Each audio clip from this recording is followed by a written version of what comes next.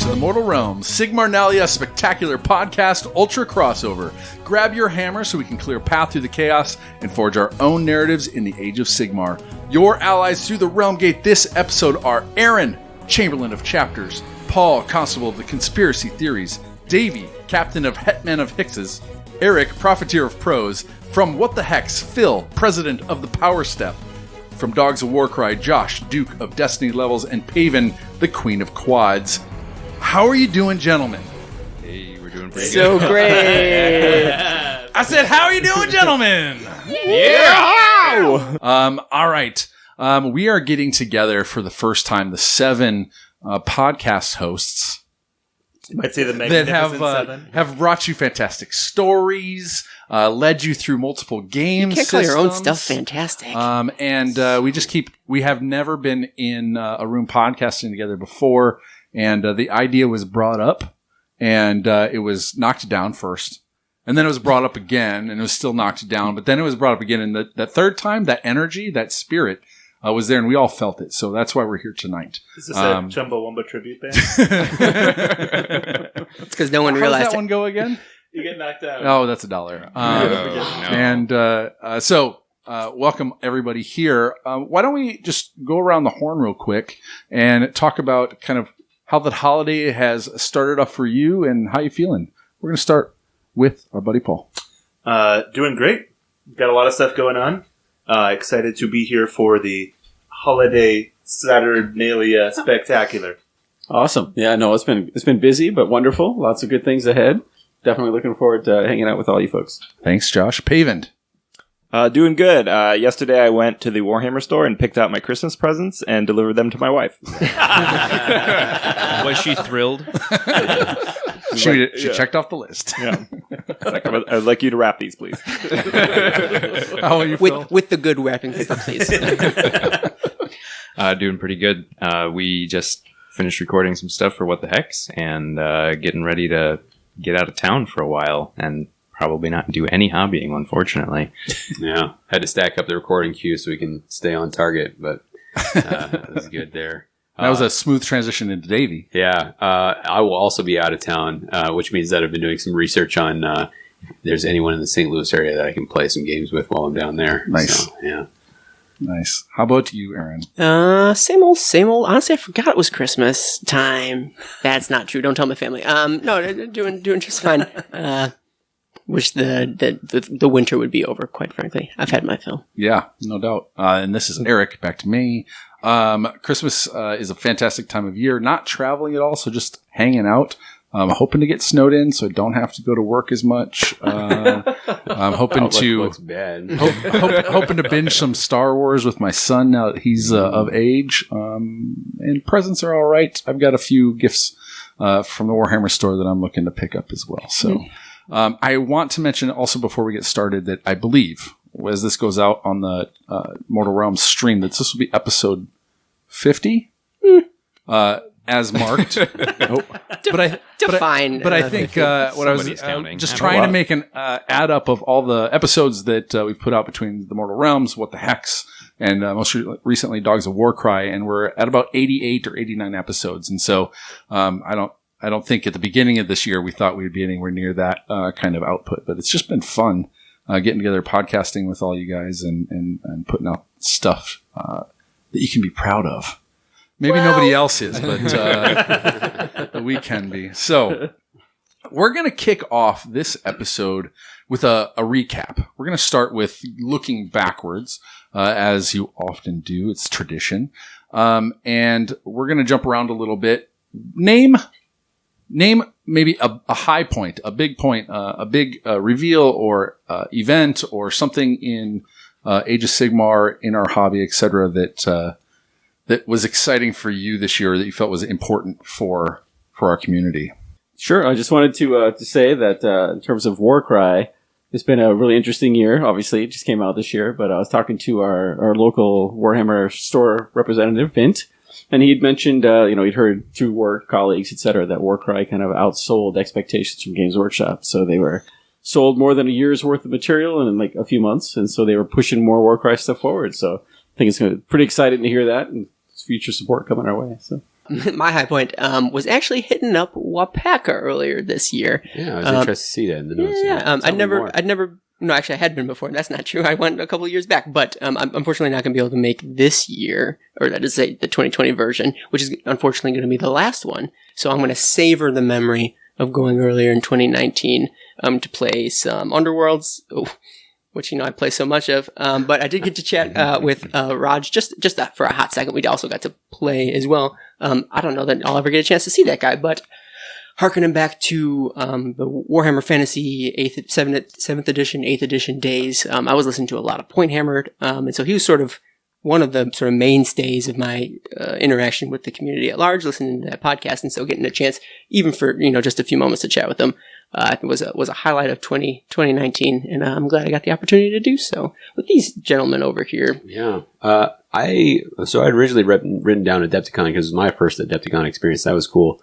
But I'm going to change it. I was cool to go up, with the crew from here, go to Wapaka.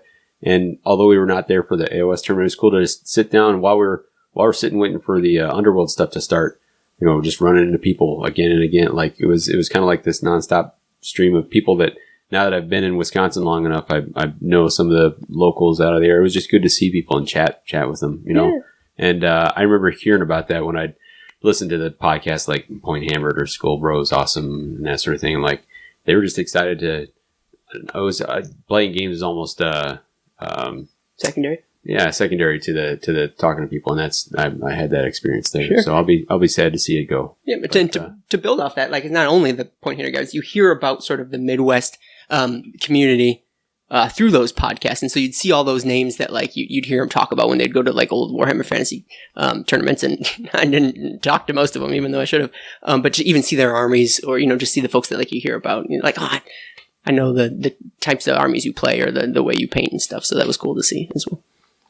Yeah. It was the first Warhammer tournament experience for me too. So Wapaka was pretty great. Adepticon was my first time going this year, so pretty big. And then for just in the local scene, we started our first league, and I've been pretty much running that at our local shop, and that's been really cool to sort of build a community. I've never really done anything quite like that before. I've run some stuff for people before, but I've never really owned it. So, been a pretty big year, actually. You got some shade glass this last week. Not to toot my own horn, but yes, I did. What do you want for it? Well, it's going in a hermetically sealed vault, and it's never coming back out. What do you want for the vault? Well, you'd have to probably buy my house, but we could work something out. Okay, cool. My perennial favorite is always going to be Adepticon. Again, it was an amazing experience for me this year. I clear the calendar. I go for every possible day that I can. But I'm also going to point out just a real great personal moment for me was going to the Brew City Brawl. I was able to play David, Nash of Sigmar, my first game. And that was pretty fun because I had painted up an army for the event. That was the Gloomspite Gitz army that David was instrumental in allowing me to make my vision come true. He had actually printed off some wet transfers for me to be able to make the army. So it was awesome to be able to play him for the first time with the army that I painted with his help. So that was pretty amazing. Nice. This is my best moment. Right now with all of you. Kindly leave. All right, we can move on. The plunging Get a spider is glucose cool too, check. but- Be good. I had two. No, just kidding. There's a lot of great moments. Having a second crack at running an event, and doing it better and asking for help and having help with it, in a more like integrated way. Not, I had a lot of great help like on the day of, but like asking people to like help make stuff, like Josh making things and bringing a ton of stuff, just made it better. And I wish I'd done more of that sooner. And so I just learned a lot from the second event that the third event is going to be even better because I want to pull more people into it and You start that energy more than 6 weeks out, you'd be all set. Oh yeah. exactly. That's the next step. And that's part of the reason it's hard to ask is because they come up so late. So, but Josh showed me how good it is that I think I can plan out further now. Yeah, we're going to pull pavement in this time. Oh yeah. We'll get everybody. Everybody will be in The it. hell you will. Never take me alive. That's fine by Is me. it because that one time we made you dress up? Yeah, and only you. Nobody else. Any pictures of that? There's got to be pictures. Where are they? You took them. Yep. Oh, yeah. Uh-oh. You guys don't realize, but talking Aaron about? owns all of our digital record. He can, And the rights to such. Yeah. so Can I recap some releases for us? absolutely. And I've been feverishly writing this down on a piece of paper to try to remember. But like, it's been a huge year for Age of Sigmar and related properties. So go ahead and So yeah, so I'm just gonna like hit us up with some. I think we started the year on Gloomspite Gits, and we got a huge release there, very near and dear to my heart, and I think Paul's heart as well. Mm-hmm. And then we launched in soon after that to Slanesh came after that, Slanesh Demons release, where we thought he was gonna be released, but he's still in there. But we got to find out a lot more about his chains. And I didn't pick up the Battle Tome, but I heard all about it on the Mortal Realms podcast. Gross. Back when you were just a listener. Yeah, when I was just the stars in my eyes and stuff. Eating up Yeah, all that misinformation. What, it wasn't true. We thought it was. And then was Forbidden Power was after that. Where we got more endless spells and more story progression, and then Bone Reapers? Question mark. Warcry. Warcry. Yeah. Well, I think he was Wait, sticking what's that? AOS and then swing around to that. Yeah, we did get 4 battle tomes before we got. Yeah, there's Skaven and Flesh Eater Court. Yes. Fire Oh, Slayer. sorry. Yeah, I was just doing like major Slayers, miniature. Yeah, we got like a ton of battle tones. We got like And Rounded out the year. and new spells yeah. and new terrain for all of those. Yep. I can just show Oh you. boy. Our spreadsheet master has Yeah. pulled up the I thought we were spreadsheet only for going to us. get one spreadsheet this episode. Oh no. We got. Why do you think I have this? I think we're going to have to Nightmares. rename Yeah. this episode. Oh, the Maw tribes. Maw tribes. Getting ogres represented fully in the lore, but also with a couple new miniatures and a combination of books, or combining them into a book so that they all kind of how they relate together was pretty cool. I really enjoyed that was something that happened, even if it was just to help introduce the Bone Reapers. That's okay too. Yeah, and it feels like they've done so much work to like, I don't know, it feels like we're really caught up now, and we're just like on the precipice of something like big that's going to happen. Yeah, like everybody has a home. At least all the miniatures have a home, don't they? Is that true? Absolutely. Yeah. Yeah. There's an anchor in the Mortal Realms for everybody. I have to say, I really enjoyed Forbidden Power for engaging us into that there's more than what meets the eye. We always kind of knew that with Age of Sigmar, but when we started dropping the Storm Vaults and talking about all these things that have been hidden away, really allowed us to delve into that rich history in a way that we hadn't before. So, yeah, I'll agree with that because it was an example of how they could expand on the world, not just by moving the timeline forward, but by filling out what we didn't already know about the history. Mm-hmm. So, Forbidden Power basically moved the timeline in both directions, knew more about the past, and it moved forward. And I do think that as we've been antsy to kind of move forward and give all of the kind of existing pieces an anchor in the realms, now they have, and I think to the point that we're all kind of feeling is that there's everywhere that they can go. Like they can move forward, they can move backwards. We can spend some time in the Age of Myth. We can spend some time, in the future, whatever the next thing's called, and we may go back to the Age of Myth to pick up some things and bring them to, where they're at now. And you remember when the game sort of released, people were sort of bemoaning the fact that there were all these sort of gaps and holes in the story. And there's like, they would complain that there's not much there. But it seems almost like it was intentional now that as time has progressed, we can go back and fill those holes that people were missing. And you didn't want to cement all those holes day one because it meant you were going to sort of lock yourself in and maybe less than particularly interesting stories. Who knows? I don't know, maybe. But the fact that we can sort of make use of the stuff that we know now to then retroactively fill those spots means that I think you probably have a richer narrative than had you just cemented everything at the time, in 2015, which I think is for the better. Or I hope it is anyways. Yeah. And to that point, I mean, even if it wasn't really intentional to leave that space there, I think it's really impressive that GW has sort of given themselves that space to be able to do that and realize that by having holes, they actually had something they could work with and turning it into a positive rather than a negative. I'm going to say that for me, as far as the setting is concerned at this moment, it feels like we're standing on top of a cliff. We have no idea what's going to go on ahead of us, right? But when you look back, you have an idea of what's already happened. And that's an amazing place to be.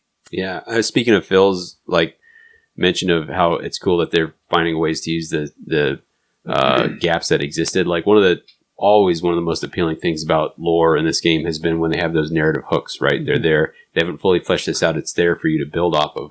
The thing is, it's there for them to build off of too. So they left enough narrative hooks behind for themselves to jump in and use them as well as hobbyists. Yeah. Coming off of the Bone Reapers episode, listening to that and kind of being in this place, it makes me want to go back and try and redo the Pantheon episode. Because we get out to the edge of the realm and we get a description of what it means to have that kind of endless possibility and creation happening. Sure. And that's where we're at with Age of Sigmar and with Games Workshop. Well, and when we're going into Warcry and Underworlds, right? Warcry is an expansion of one of those holes that just packs it full of new information, new lore, and really increases the depth of understanding that we have. And then for Underworlds, we've ended up moving out of the gloaming and into the realm of beasts, right? That has started to move forward from what we thought was the entire existence of that game. And so it's not even just AOS that really has given us this feeling of fulfillment and looking forward, but I feel like all the properties that are associated with this right now are really just gathering steam. Sure. And going to go full steam ahead. I mean, as Phil and I are obviously real invested in the Underworlds thing. It was really awesome to see the city of Shadespire pop up again and again in the lore, and then a crucial component. We talked about the Josh Reynolds novel, right? And it felt like, hey, this is momentous, and it made it feel like this isn't just a side game. It felt like this is a part of the bigger AOS universe, which was cool. Well, and now it's a part of the bigger AOS universe, and the foundations of it are now expanding into the AOS universe. It's not self-contained, right? It itself is growing. With Beastgrave, obviously, is the reference. So that's very cool as well. Yeah, integrating all the different aspects together. Well, since we're talking Underworld, let's congratulate Davey and Phil on 1 year of putting out bi-weekly episodes. Thank you. Congratulations. Oh, you poor guys. Well, there's a couple of things I just want to say. Is one, not only did you step out and do something new, but I think you were very intentional about creating something that had a different, try to experiment with that quality level, bringing in guests, kind of drawing more into the community. The Underworlds was trying to build something that was growing and connect into it. And obviously bring somebody in as amazing as Phil to kind of up our DNA pool Taking here, a bit of a gene risk pool. there. How's it been on your guys' end getting into that? It's been really great. I had not had any experience with recording or podcasting or anything before this. So it was like, cool, I can learn this whole new thing, and there's no real expectation, or at least I didn't have any for myself. Davey, that's not what you said.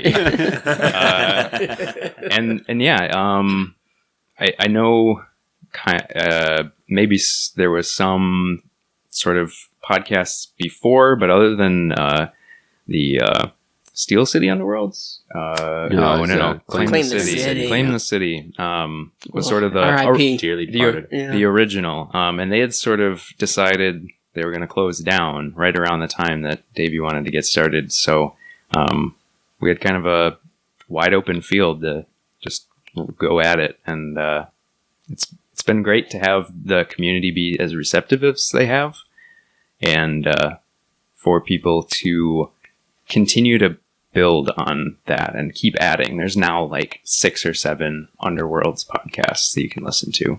Can I tell a slightly embarrassing story off of that about joining the team? I remember when I was I was in the phase where I was just playing games against a few of you. I played Davey, I played Eric, and I'm like, I was talking to my wife, and I was trying to find more people to play with. And I'm like, hey, I met these guys, and they play really good games. They paint all their minis.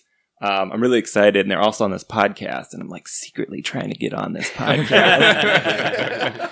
And but I think I'm a few years out. I just gotta I gotta be cool. I gotta play it cool, and then like Eric starts texting sweetie, me. be cool, sweetie, be cool. yeah. Turns out the opposite was true. Yeah. And then Eric starts like messaging me on Discord, but like it's really like I don't know what the right creepy. word. Yeah. Well, it doesn't. Yes, but also like it's like I wasn't sure what he was talking about, and he's like, "Hey, do you want to help?" And it was like not specific to what my help would be. I'm like, real "Sure, creepy. I would love to help." Also trying to play it cool. Sounds like Eric. And then I got invited on the podcast. I'm just I was glad, like, "Yes, it's I'm just happening. glad I did it." texting doesn't belie the heavy breathing part. I thought it was kind of awkward to So, keep yeah. calling you the Queen of Quads. I mean, like nobody even knew what that was. Hey, it stuck, so I wasn't all wrong. I mean, yeah, just don't skip leg day. Let's also say you were not the only person to do that. I mean, I was on before you were, but that was definitely something I was doing. Would be like, I want a podcast. Hey, you guys are in Madison, and like totally was like, hey, I gotta be cool, and I gotta really settle down here. Yeah, like sure, whatever. If you need me, I can come on. Exactly. They had to pay me. I'd also like to highlight though that What the Heck's not only have you guys done an amazing podcast, you've been doing it for a year, but like you've gotten some incredible hardware along the way as well, and like really developed a reputation. And like for me, who's perennially on the bottom of the barrel for Adepticon, it's kind of impressive to see you guys go out and do this incredible stuff. So, congrats! Thanks, man. Paven, I remember our first game, and it was I didn't know you from anybody else. Like putting stuff down, and I kind of scoped what you had. I think I may have brought 2 armies or something like that, but I scoped and like I'd come that day and I was like, I'll bring something all painted just because I don't know who I'm playing. It's cooler to bring it painted. And I saw all your stuff came out painted. I was like, whew, cool. And then as I'm deploying it, you're like, hold on, what's that guy's name? I was like, oh, all right. But the thing was, I was like, this is the army. I have an answer for all this. Like I have, and it was from I haven't even asked you that before. I was like, this is cool. Like this is super cool. And like you're in this like one-off game, you're super invested in the story. Like, what's this guy's deal? Oh, his name is Frostal. Like, why is he called that? And I was like, and I was proud of myself to be able to answer these questions. But I was like, this is a cool dude that wants to know the answers to these questions. So. Although Paven did just reveal that he'd been stalking us for the year prior, so maybe he already knew that. Yeah, I bought my army off eBay, and like I was just like, oh, I know Davey likes when people ask him the name of his guys. Oh God, now he knows my address. No. So another fantastic thing. I started off the year with the White Dwarf and the new updated skirmish rules for 2.0, and I was feeling kind of low. Yeah, I remember that. You were bummed out. Because we had put a lot of time into skirmish and trying to help just kind of make it more of what we were looking for, and that was hard. And it was hard to keep up with, and I was just like, wait, but we're not getting more time. Yeah. We're not getting something real cool. And then, not but 8 months later. About 6 months later, we start hearing the drums for the release of their new skirmish game, which was Warcry, and that was a pretty big deal to launch a third big AOS property. Sure. A tent pole to rival Kill Team, which had been a really successful launch for 40K. Yeah. And I think part of the initial, like, I'm ready to buy into this or just give it like 100% of my attention had to do with that feeling of like, they gave us a real serious go at this, a real huge launch on this game for like a property that we enjoy with AOS and with a skirmish level game. Mm-hmm. Anybody else have any echo that or have any other ideas on? Yeah, I think it's pretty cool. Next topic. Sure, it was nice of them. Well, and that's a next song. I'm just really glad that they kept trying. Like, so the first iteration of Skirmish was pretty bare bones, and they're like, well, here's this thing that you can do for really small games, but it basically didn't have much rules. And then they're like, here's this Firestorm thing. Here's a campaign rule set for this.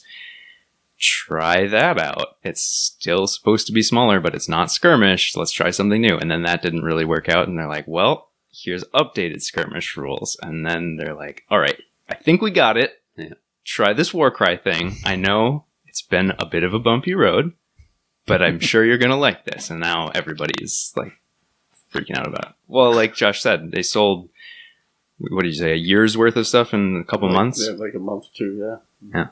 Well, and just, I mean, to your credit, Eric, as well, I mean, we did the skirmish campaign, right? The four of us and Kenny also were going around doing this campaign, and we were excited about it, but we were still talking about it on the Mortal Realms, right? But you, like, caught a whiff the fact that, like, this Warcry thing was coming out, and it was going to be skirmish, and you're like, I'm all over this, right? Like, this is what I'm going to do, and we're going to start a new podcast, and we're just going to, like, embrace everything about this game and just go forward. I'd already had the vein tapped, so Yeah. I needed something to go in. Yeah. And, I mean, it could have been anything. You would have been on it. Like, So it has been impressive to see that as well. Like, I mean, for the Mortal Realms, we had one podcast, and now there's 3. Yep. And they're all doing great and going from strength to strength as far as I'm concerned. Well, again, I mean, Davey and Phil kind of led the way, or kind of made it like a visual, like, hey, this is possible. We can add to this. We can try some new things. And I mean, we were all getting bored of hanging out with Aaron all the time. that's true. I mean, you guys are coming back, right? Well, Are you going to have more cheese dip every time? I mean, but when it was that's $1. when it was even just like a whiff on the air, we put together kind of a plan of like, could we even fill out more than 2 podcasts or 2 episodes or 3 episodes worth? And it looked like it. And, it was an easy, having played more with Pave and played more with Josh. It was easy to kind of put it out there to you guys and some others, like, hey, do you want to help? Not sure what we were asking for help with, because we didn't know exactly who was going to work out. But I kind of think of it as we were invited to come on once and then never left.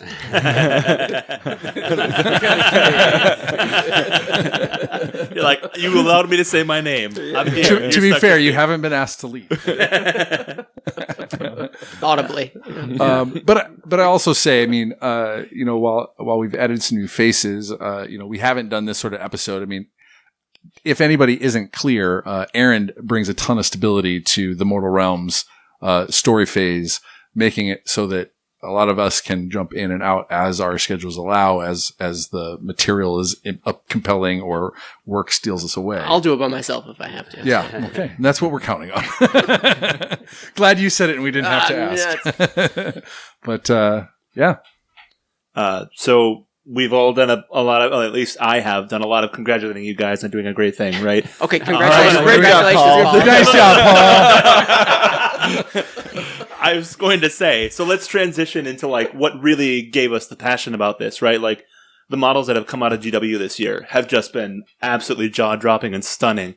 And there's a lot to be said for what has shown up. I mean, Warcry, when we saw those models come out, it was literally mind-blowing to see what they could do with their design and the flexibility and dynamic nature of those models.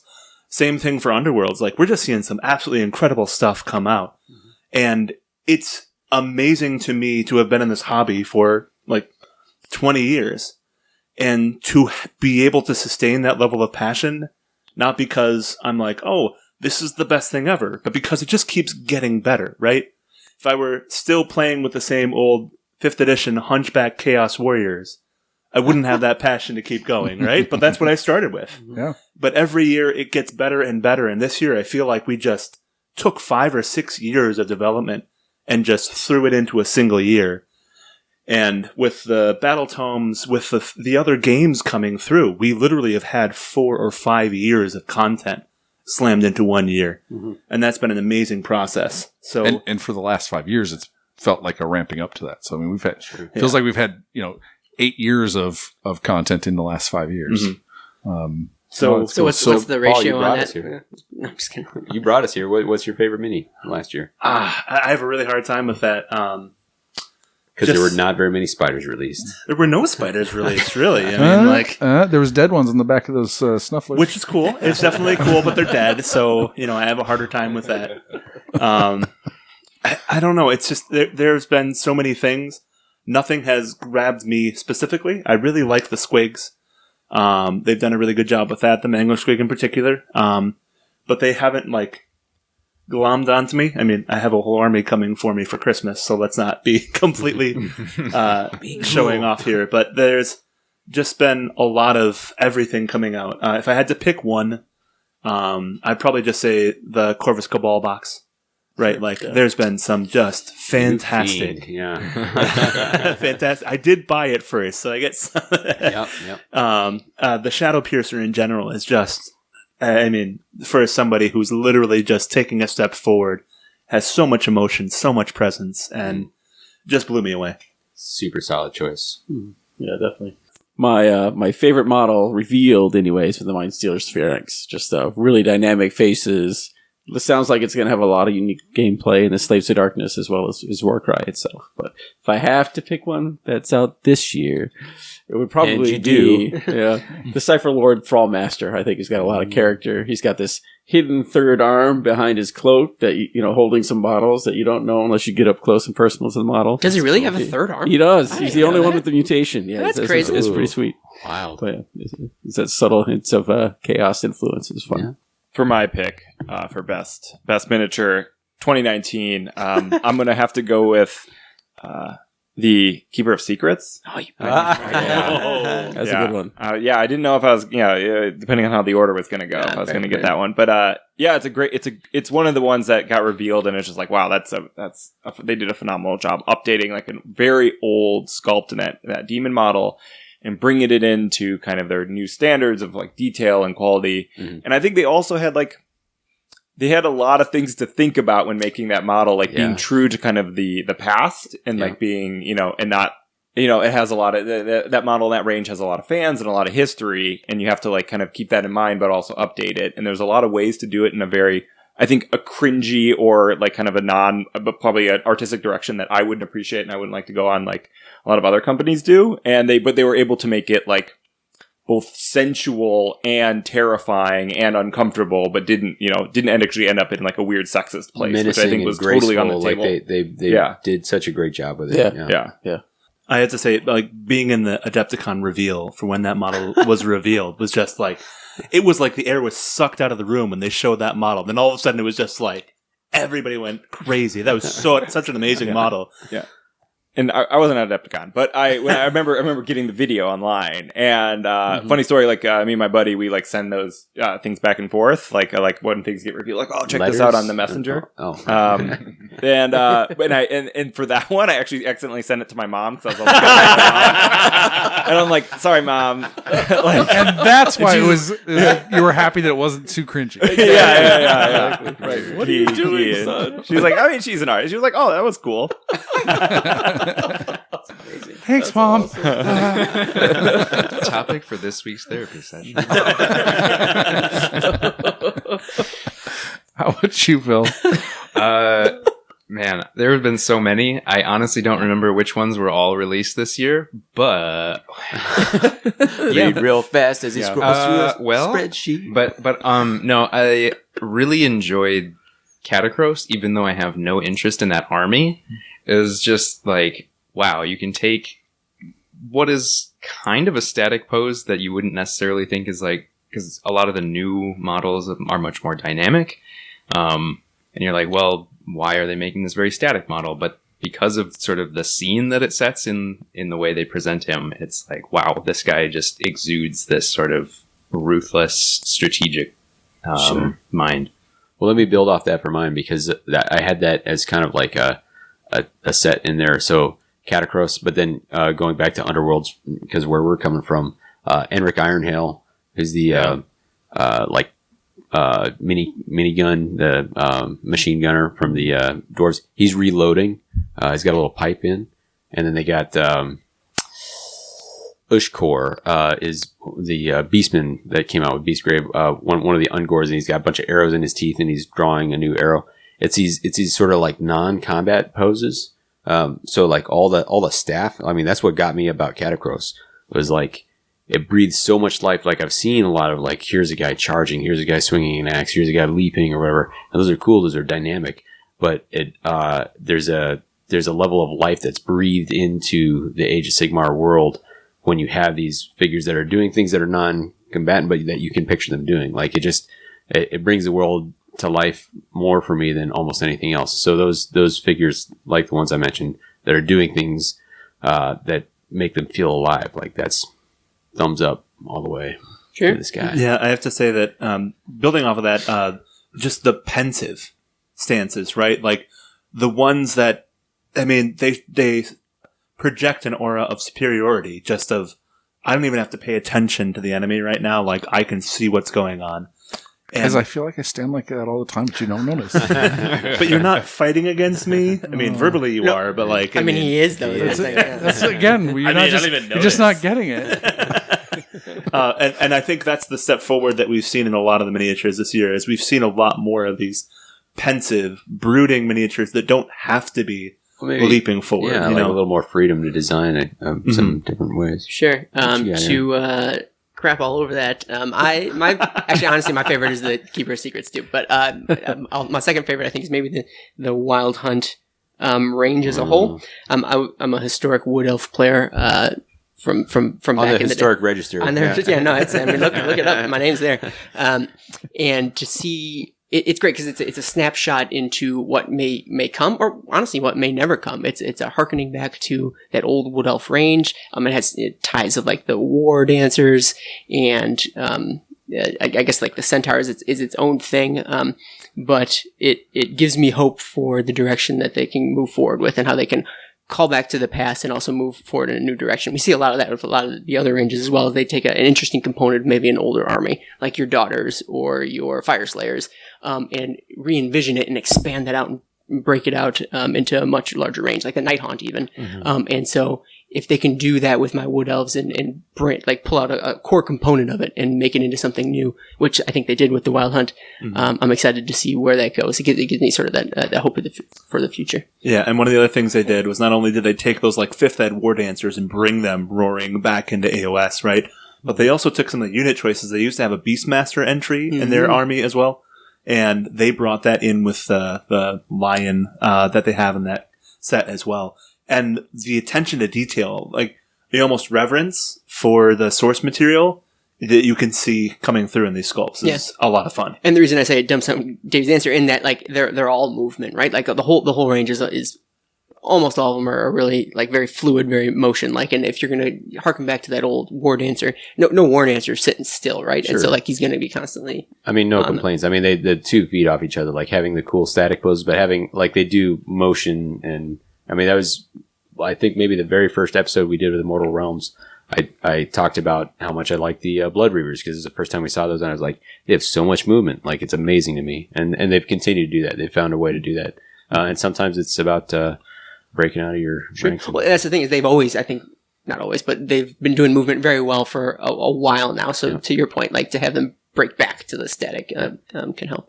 And that goes with, armies when they can have that a range of sizes, if they can have a range of moods, if they can have a range of those things, that's great. My favorite model, it's going to be weird, the Plains Runner of the Dogs of War. Of course. Partially because they're probably one of the smallest models to come out. They're small, they're hunched, they're like ready to like spring left or right. And they've got a bunch of like fiddly little like, leather straps and, hair tufts and all this kind of stuff, but they feel so characterful and they feel so like they've been through a lot already. And if I were to pick a second, it would move beyond models.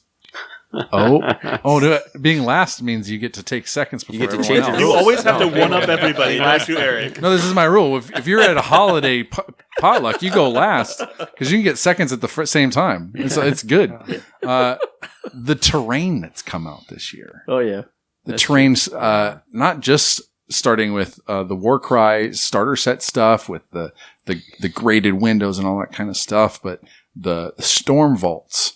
And they had put out like the Azerite ruins the year before, but they felt less meaningful than they do this year. And so being able to put out that township and build those up, and then with that, I think is the terrain that have come with the different armies as well as the endless spells. Like I feel like I'm like, nope, I don't play that army, but I'm taking that over here. I'm going to do a bonus round. Favorite piece of terrain. So I'm going to say I'm going to jump to Aaron. I'm thinking the new Wildwood. I forget what the name is for it, but if for no other reason, I like the creativity of the fact that it literally covers like the same footprint as the old Wildwood, just so they wouldn't take anybody off. But I don't know. I just like the trees. I don't really even play Sylvaneth, though I have some of them. And I liked the appeasement behind doing it. But like so much of the terrain is awesome, and I know this because I have it all. I'll go with the Fireslayer Forge. It's cool to see some Duarden architecture in the Mortal Realms. We haven't seen that for a while, so that was pretty. Question for you: how do you think the Fireslayers get it to every battlefield that they Don't go to? care. I actually heard somebody talk about even in Old War, they'd build their forges there on the battlefield so that they could hammer out their weapons and do that kind of stuff. So Doesn't it shoot out of the ground? I thought Stole so. my Yeah, I story. mean there is some background behind it. Yeah, it makes sense. But I mean, like the Anvil of Power, in the old world they used to Mhm. carry around, plonk down. So history of bringing anvils to the battlefield. for sure. So I'm going to kind of cheat. It's not terrain, but I thought that the first Endless Prayers that we ever saw, the Corn ones, were amazing. Yeah. Especially the skulls. With the bleeding, the like crying Skulls, blood. It yeah. was just like, it's- oh, what is this? What I've liked that they've done, and this isn't maybe quite an answer, is I really like the Ravaged Lands box sets. It felt like a really great way to like kind of package up a bunch of terrain in a kind of cohesive product. In a way, it wasn't just like, oh, you buy this and then like 10 other pieces, then you have an Age of Sigmar table. It's like, no, you just buy this one box and then you have like the card, you have the tokens, and you can play like many, many different games of Warcry with different setups, and it felt like very manageable.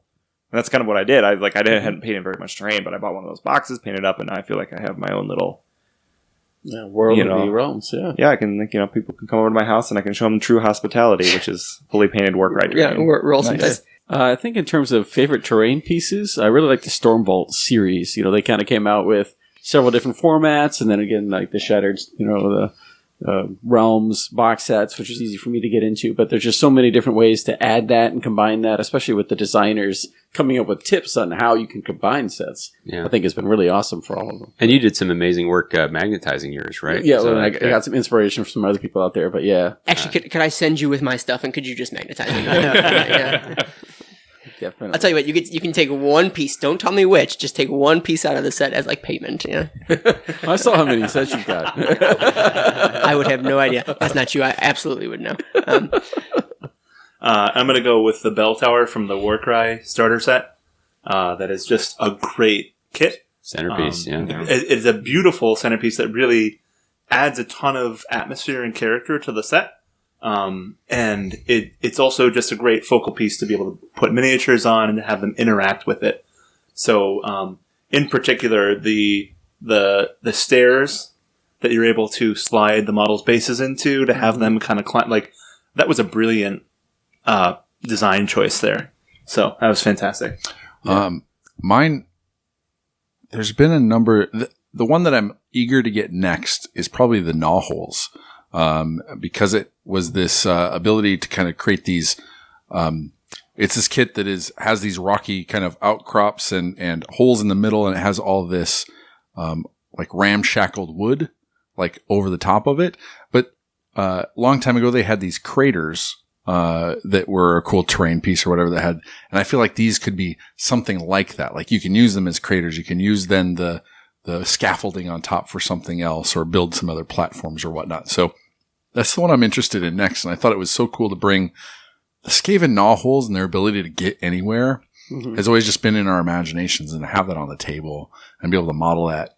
And it has just been, I just was excited to see that when that came out. I don't play Skaven at all, but I love having the Gnaw Holes be a thing. So, all right. That's that. Now. Thank you, everybody, for sharing your best of the past. Kicking us off into the future, Paven has a new game for us, a new thing that we're going to get started. Who knows if we're ever going to do it again? Our first annual. First Yeah.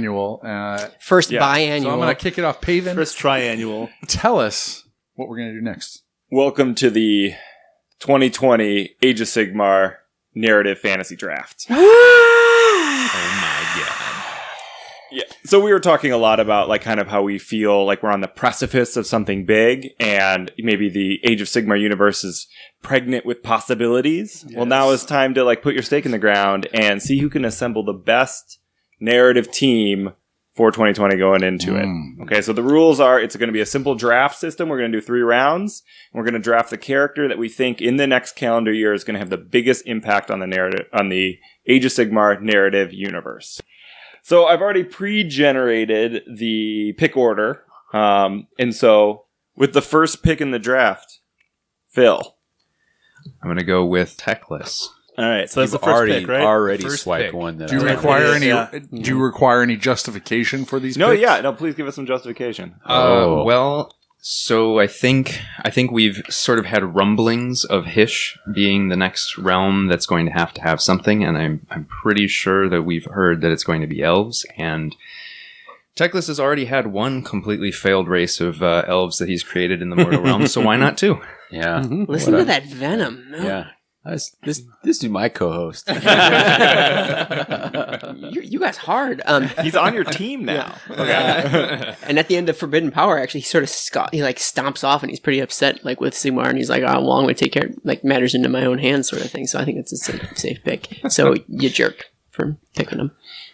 Please go ahead, Paul.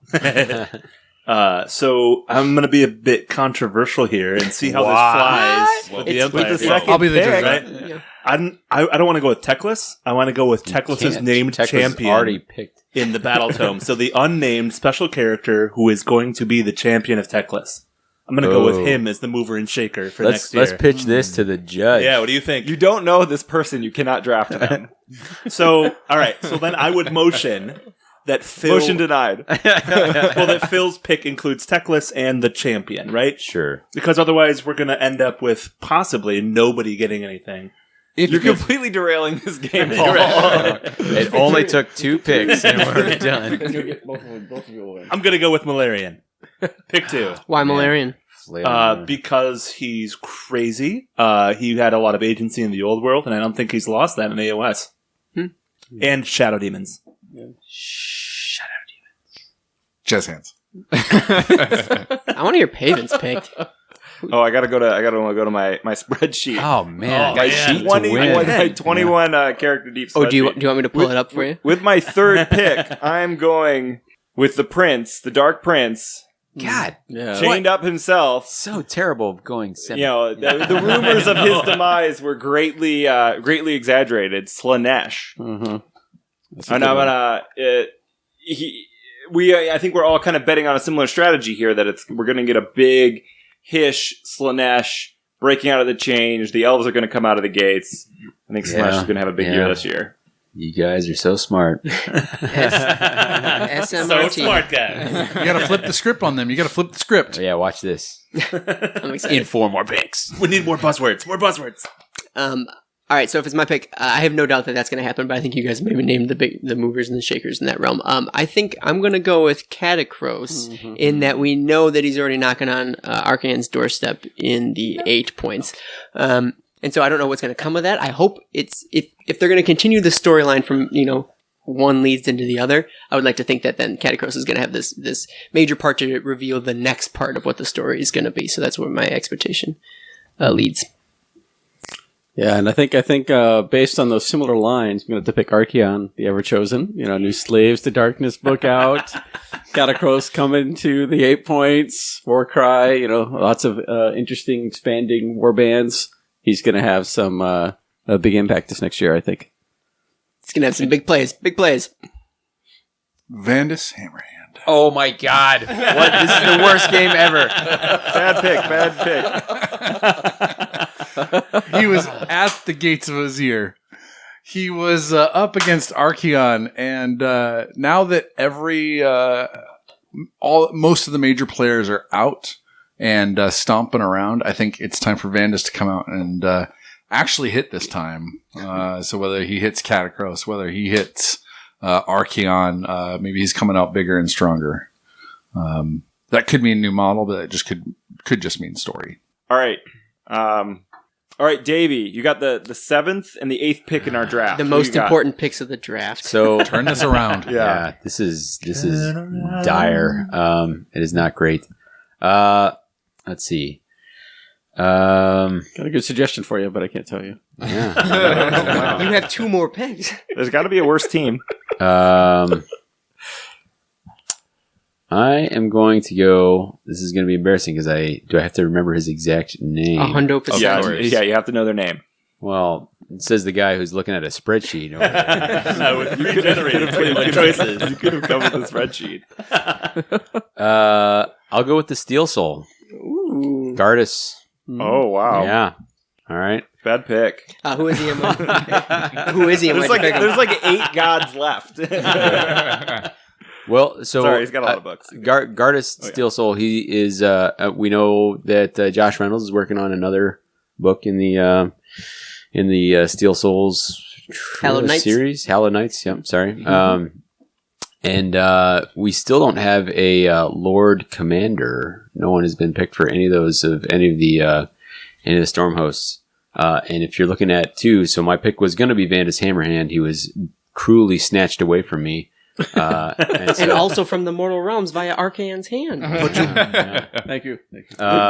And so I'll go Steel Soul as a next possible candidate for that role. And I say this because I wanted to pick a Stormcast, and this is why you're wrong about it being a bad choice. We did not see very much of the Stormcast in 2019. Yeah, I think it's possible. Like Games Workshop is just like, no, we're not really into it anymore. Yeah, we're going to quit that one. That's super possible. Paven, look behind you. We're just gonna hang these guys up. Divine retribution. I think Stormcast. We're going to see some more of them in 2020, and I think if I can't pick Vandus, I'll go Gardas. Sure. He's next on the board for me. And then as far as I will pick a god because I got back-to-back choices. What's up? Power of the Snake Draft. Yeah. So I will go with Grungni, I think. Yeah. Yeah.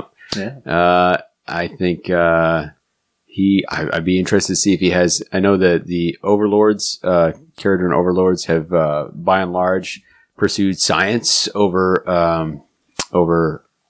gods. But if there's one that's associated with them, I think we're going there. So that's where I'm going. Yeah, good pick.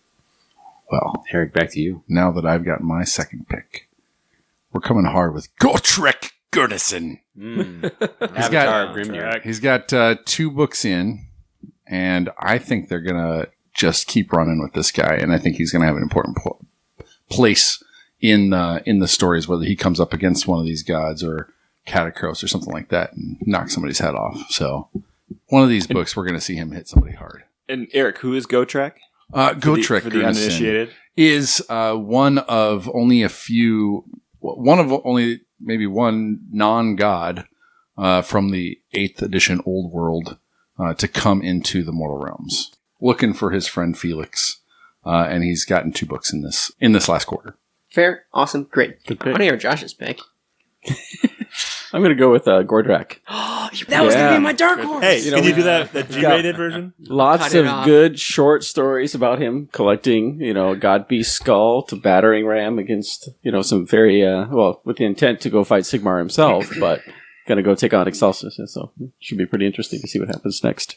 Here's why that's a good pick, because the inside scoop is that Josh Reynolds is working on the next Hallowed Knights book, and it's going to be, as far as I understand it, it's going to be destruction focused. And if you're going to have a destruction focused book, it's going to be Gordrak. Oh, yeah. So that's the right answer. Boy. Good choice. Goodness. All right. That was going to be mine. All right. My pick is going to be the Celestin Prime. If you don't know who the Celestin Prime is, go read a book because he's the right hand man of Sigmar. He's wielding Galmaraz. He's kicking butt right up until he fights a Mortark who turns him into dust. So actually, he recently died. I don't know if he's reforged yet, but shot off into Azir when he was trying to defend the Midnight Tomb under under Lethis, which is next to Lake Lethis. Mortark of Grief got him. Yeah. So she dusted He let him Catacross stone cold. Yeah, he let Catacross out. So I reckon he's going to come back with a vengeance.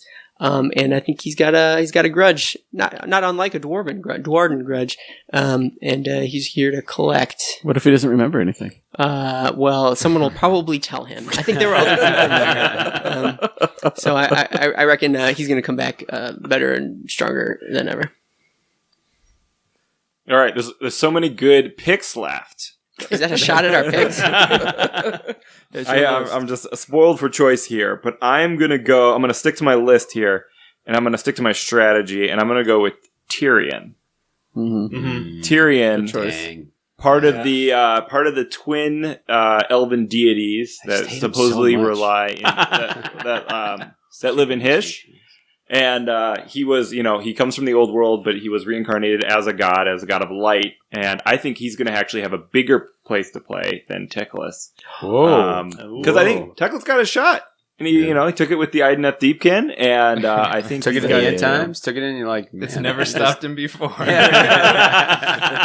His MO is just to keep taking Put me in, shots. coach. I'm ready to play again. Yeah, the Tyrion, the blind elven god of Hish. Mm-hmm. That's my choice. Nice. All right, I'm gonna throw a curveball, of course. I'm gonna go with Brock Grungson, Lord Magnate of Barrack Nar. So this is a special character for the Caradon Overlords. He's got this super sweet custom backpack Endrin rig. So he was a mover and shaker in the first Caradon Overlord book about how he's kind of overturning convention and really making things move forward. I have heard rumors of a new battle tome coming out. Heard rumors that there might also be a new box set. And I think it would be something like a good GW move to take a new character for a brand new army and shove them forward through the narrative and really start exploring these different areas. I mean, because of all of the ships and everything, the way the skyports work, I think they could go pretty much anywhere and do pretty much anything. And being able to really engage in this Dwarden perspective, where it is newfangled and yet still sticking some old grudges, I think would be some really fertile ground to move forward the narrative. I think Paul is the worst team so far. You expected me to have the best team? Whew, passed the paving test. Therefore, I'm winning. Just wait to hear my third thing. Sorry, I don't know. Was this supposed to be very antagonistic? Because it is. Why should it be All any right, different than Phil, normal? we're back up to you. All right. So I get two now, right? Yeah, you got two Yeah. picks. All right, so 14 and 15. maybe a little bit of a cop out, but Zinch. Yeah. One, it's a good because pick. he's just involved in everything literally Sure. all the time because he's already planned all of this Everything from all the the time. beginning. But also because now that we've caught up with all the Chaos Gods, we should be seeing the cycles Coming back around come again. back around. I would assume either that or we get another corn book, but whatever. But yeah, so Zinch I think is definitely going to be playing a part, maybe not directly in the main narrative, but he's always there. I mean, and he's probably always- not directly. Yeah, I mean, he never does anything directly. And then my other answer is not a specific character just because they don't exist as a specific character in the Uh-oh. story right now. Uh-oh. But Uh-oh. the Slan, I think, Oh, as yeah, a whole, fair. are probably going to be coming back. They're almost guaranteed to be getting a new book unless they've decided to drop them as an army altogether, which I think at this point is probably not going to happen. So we should be getting more background for them. I don't know if you can pick a whole race. I want to allow it. But there are Are- no named Is characters. Croak Lord or... Croak Croak is is still named. alive. He's So still alive. tech- No, he's definitely still dead. Well, correct. He's definitely still dead. He's definitely still He's only not mostly undead, but dead. kind of undead. Oh man, Sigmar jokes are the best. Womp, womp, But womp. yeah, definitely some of the Slan and All right, I'll put you down for Lord Croak. sure since he's The like rest my of the room only will other support choice. you. All right, I'm gonna go with a deep cut for my third one because I do. I'm gonna He go keeps with every single one pointing out to the left field. and then striking out. yeah. Babe Ruth, I am not How did you strike out in one swing? magic. He hasn't even pitched yet. Where are you going? I'm going with Dakala the Denied. This is an old bro God. Whoa. So Dakala the Denied was a Slanesh champion in the old world. There is a lot of mirroring with Marathi, its current form. And she's got a lot of really interesting characteristics and history that I think would put her in a really interesting perspective with Malarian's release and possibly moving forward. I think there needs to be some agency with Malarian and Marathi. There needs to be something going on there where it goes back and forth. And with Slanesh theoretically coming this year as well, there's a lot of fertile ground to be able to bring back an old character or to envision a new one. And I'm going to go with that. You could have just picked Marathi. But I don't think Marathi is going to have a ton of agency. I don't know. That's to me. They did the thing. What were the tune or the corn character that they just released one off? Like they've done it. Like they've pulled an old character back. What was that guy's? Not Corvus. That Huntmaster Hunt. What? Just this year. Saranac? Yeah. Just the special character, Chaos guy. Yeah, he's a bloodletter, but he's got the Oh. cape Oh, with the all the Skull skulls. Taker. Yeah, Skull Taker, right? So Yep. there is evidence that they'll just one-off bring an old character back and release a new skull. So it's not impossible. I mean, it's impossible. It's impossible, but yeah, Completely. But will it affect the lore heavily? In the same way that the Skull Taker did, which is nothing. Yeah. Paul's pick is so out there that I'll give him points even if it she is mentioned. Yeah, if their name is Yeah, I'll give him points if that's a real character. they were mentioned in the Denied, the audio drama that Reynolds did. All right. Yeah, Reynolds did it. And I'll also point out that this was in the Speculation Spectacular episode last year, so he's sticking with it. Yeah. Great Just let it ride. Yeah. Second year in a row. All right. Slim Pickens riding that bomb all the way down. Yeah, I don't know. I don't know if Dr. Strangelove puts all the way. If this puts it in more stark relief, but for my 17th pick, I'm going to pick Sigmar. Who? I'm sure that no one knows who that is. Please explain. Sigmar, yeah, the God King Sigmar.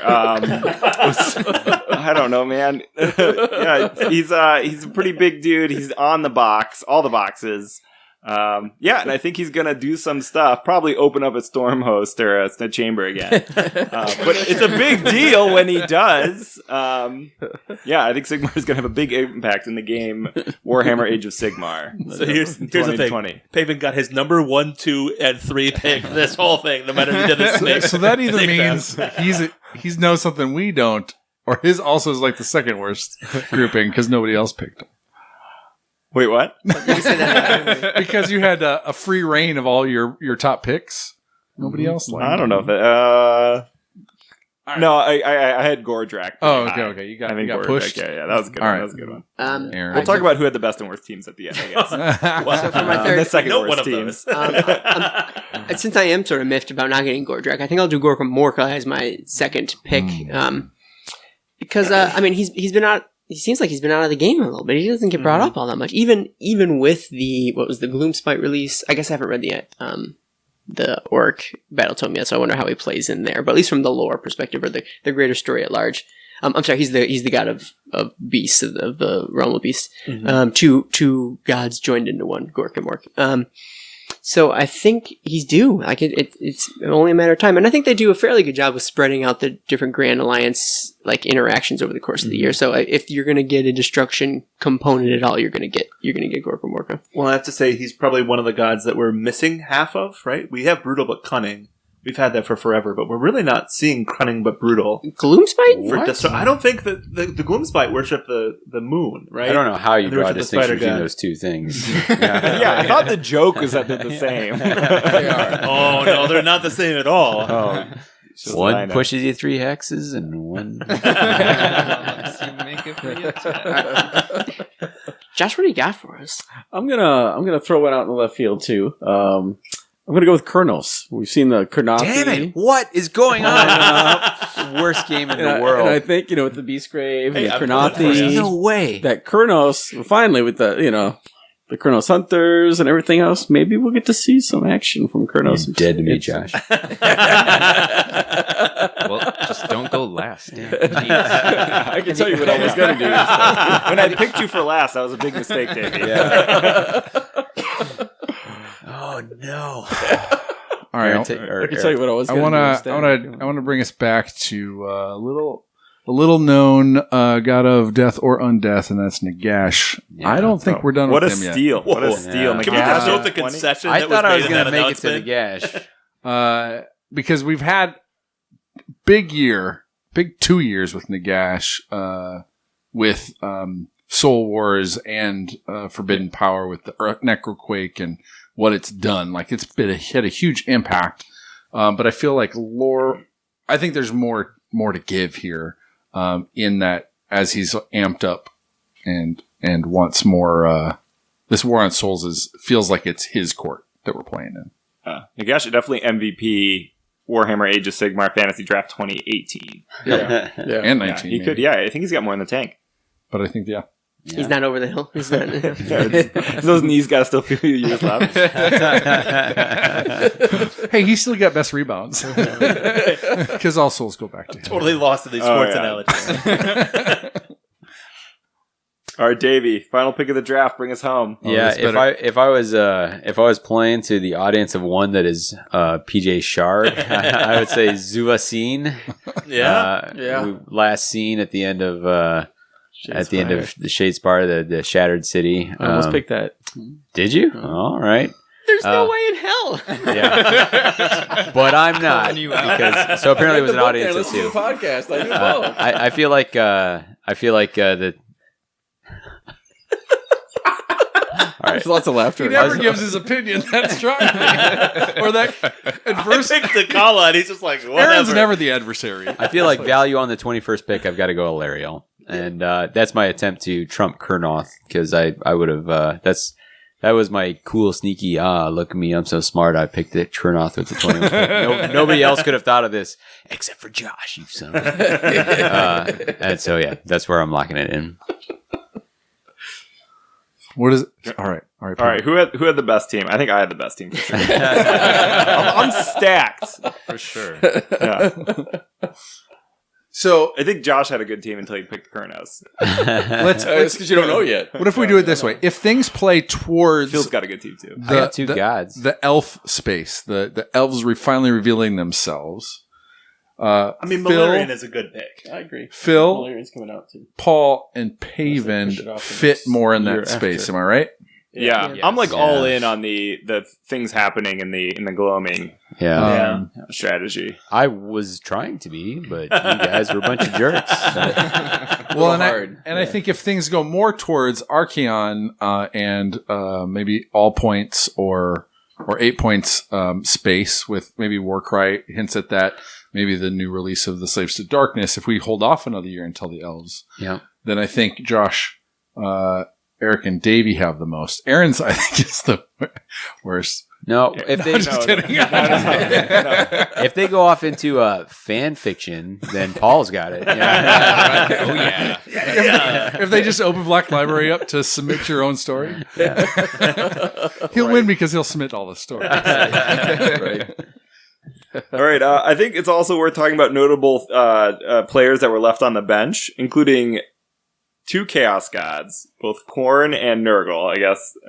They've We're had their showing up. Yeah. Yeah, they had their moments. At the moment, I think so the other it's one I over. was thinking about was Neferetta because I think now with so many death factions that they got to redo the vampires. Oh, I man. think they're going to expand that at some point. I have no Do hope. they, I though? have lost all hope. So I think there might be an interesting conversation to be had here about the way that the picks went I'll down. be the judge of that. And we're talking about I would say no on the other one.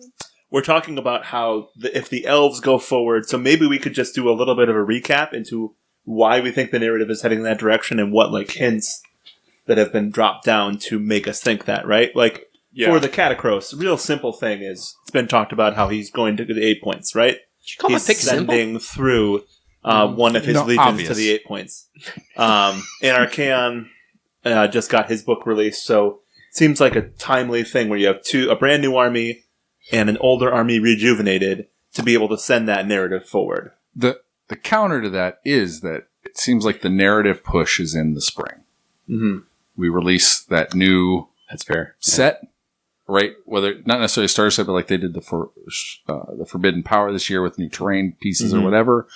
That kind of sets the tone for the year.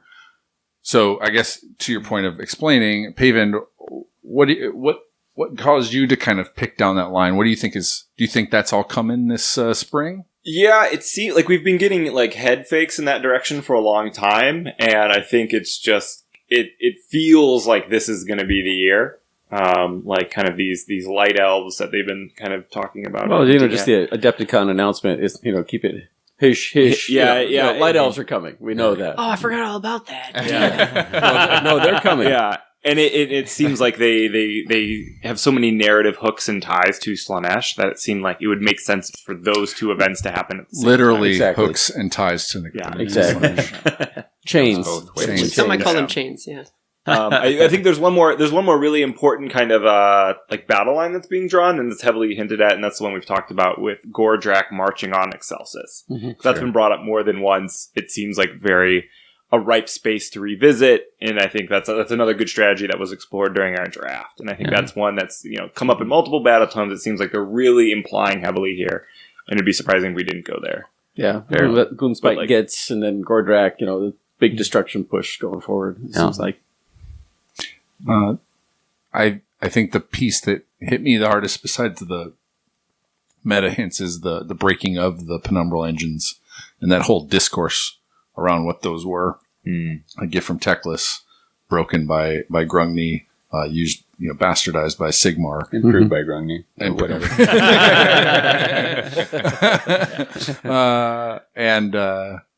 And I mean, it just that seems like that's the chamber loaded that I think to me hits the most at the elves going.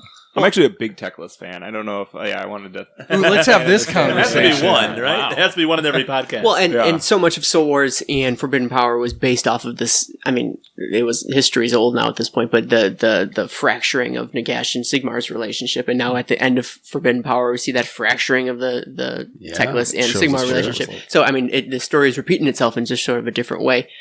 Maybe that'll just be a trend across the horn. It's just that as everyone sort of separates and breaks out of that pantheon, and then Sigmar has to make a brand new pantheon with Blackjack and and So you're telling- Duvasin. Is Age of Sigmar just an allegory about how it's hard to keep friends, except for when you play games together? well, I mean, you're all at my house, and I haven't played a game with any of you in forever. Yeah, but we're definitely not friends. like a kind of a colleague situation. Yeah. It's more of a Are we professional indentured? relationship. I mean, I email you all the time. But I'd be interested to see. I'm just spinning off here, but since we're talking Pantheon stuff, I'd be interested to see, like, we've seen that core Pantheon. We tend to think of things, because it's Age of Sigmar, in relation to how are people tied to Sigmar. I'd be interested to see if there's anyone who breaks off and says like it's me and Nagash now. Like, Nagash pulls in one more, or unlikely. Nagash is like a crazy egomaniacal whatever. But it'd be interesting to see if there's like Isn't some Sigmar? other. Yeah, I mean, You gotta be to come be a on, god. Yeah. But so I think Gotta be. we're used to thinking about it in a particular way, and I'd be interested to see if they can splinter it off and make us think about it in a different way that we haven't before. That could be really cool in just terms of like a season where you have like epic tag teams. Yeah. And that's a source of coming up with either small war bands or armies or something that are this kind of mix. And Pokemon does it really well. So like, I think one of the cool aspects will be, so Slaanesh comes back this year. How does that Chaos Pantheon interact with each other now? It's like, we've had so much power without our youngest brother around. Now what's going to happen once he's back, and how much power will he have? Well, how that impact Pantheon itself?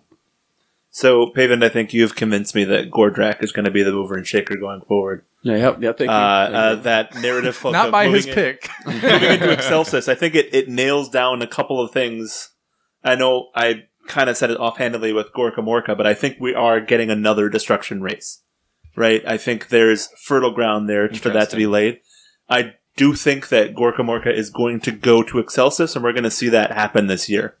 And I think in order to get that narrative impetus, he's going to have another race to give him an edge into the city of foretelling the future, right? He's going to need something other than just goblins and orcs to be able to infiltrate and to be able to take down that city. So you think not just Gordrak's going to go, but Gorka Morka themselves is going to make an appearance?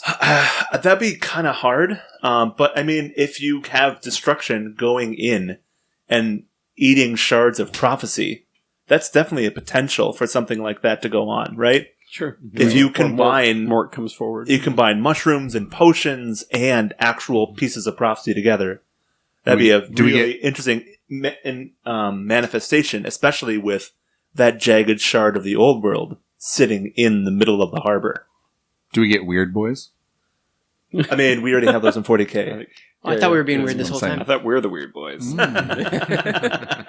I keep hoping that the Carnathi will end up being a destruction force. You know, I keep hoping that they'll have these gaps or these bridges like the Ossiarch Bone Reapers. I was kind of hoping they would have an aspect, and you guys talked a little bit about on the podcast with the Outcasts, where it could be maybe an order-focused death faction, or, you know, have these factions that are part of the others, but work within a different alliance. I think we get some really Bucking interesting expectations. Yeah. cross-interaction. Pollination. Yeah, we don't have that gold faction yet that can ally with whatever alliance that they want to. Right. And I think, not that they have to, because, I mean, part of what we like about fantasy is some tropes and some familiarity, but they, like we talked about, they can go anywhere from here.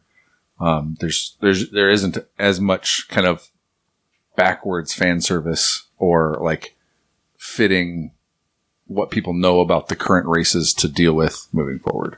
We can kind of experiment more and play more. Should we start talking about what we want to see? Oh, yes, please. I'm way better at looking into my brain at what might come instead of their brains. All right. With that, then, let's go ahead and start with Josh on the wish list. What do you want to see in Age of Sigmar? It could be models. It could be story. It could be games. It could be across the board. I got one thing. I Okay. got one thing. Cahadron Overlords. Yeah, buddy. We need a Yes. new battle tome. I'm in a mind link here. Yeah. We need such a better way to use the awesome ships that are in our forces in a more regular basis. I look forward to that so much. Well, and I think they can bring an aspect to the tabletop that we just haven't seen yet. Yeah. That Age of Sigmar is now ready to be able to use. Yeah, I mean, my core thing here is the verisimilitude, right? Like, the ships don't have that feel. They don't feel like the sky ships that you read about. And I recognize that it's really difficult to, like, have something on the tabletop, have to be able to have it be attacked by, like, a horde of ghouls who are going to, like, jumping roundhouse kick it or whatever the heck. But you have to balance the game application with how it appears in the background. I recognize that that's uniquely challenging, I would say, to do that. But I think that is, you know, for narrative gamers, that feels like the biggest disconnect in the book is like the ships aren't super fun. Yeah. right now. As far as verisimilitude is concerned, as far as the rules Can we define this word for maybe people that don't know it? All right. So verisimilitude is what you see in the models that is defined in the rules that affect how they act on the tabletop. Yeah. Does Right. does it play like you think it should play? I mean, And- I knew what that word meant, but No, Of course. As far as the ship's rules are concerned, it could be a train, right? It could be a land train. There's nothing that really gives me that sense that it's a As opposed to flying- an ocean train? Or, Well, a land train is from the squat, so I was kind of going to that angle. But I mean, it's got the fly special rule. it does have the fly special rule, I but don't like know. it doesn't have any defense from that. Really, like Right. there's nothing that gives you the feel that it's actually flying in game, other than it has the fly special rule. Because it can be attacked by everything. Yeah. Yeah. So- What I would say on the flip, the reason why it may not ever reach exactly how it looks and feels, because I do feel like the range itself, but also why it should be fixed as much as possible. The range itself is a hit.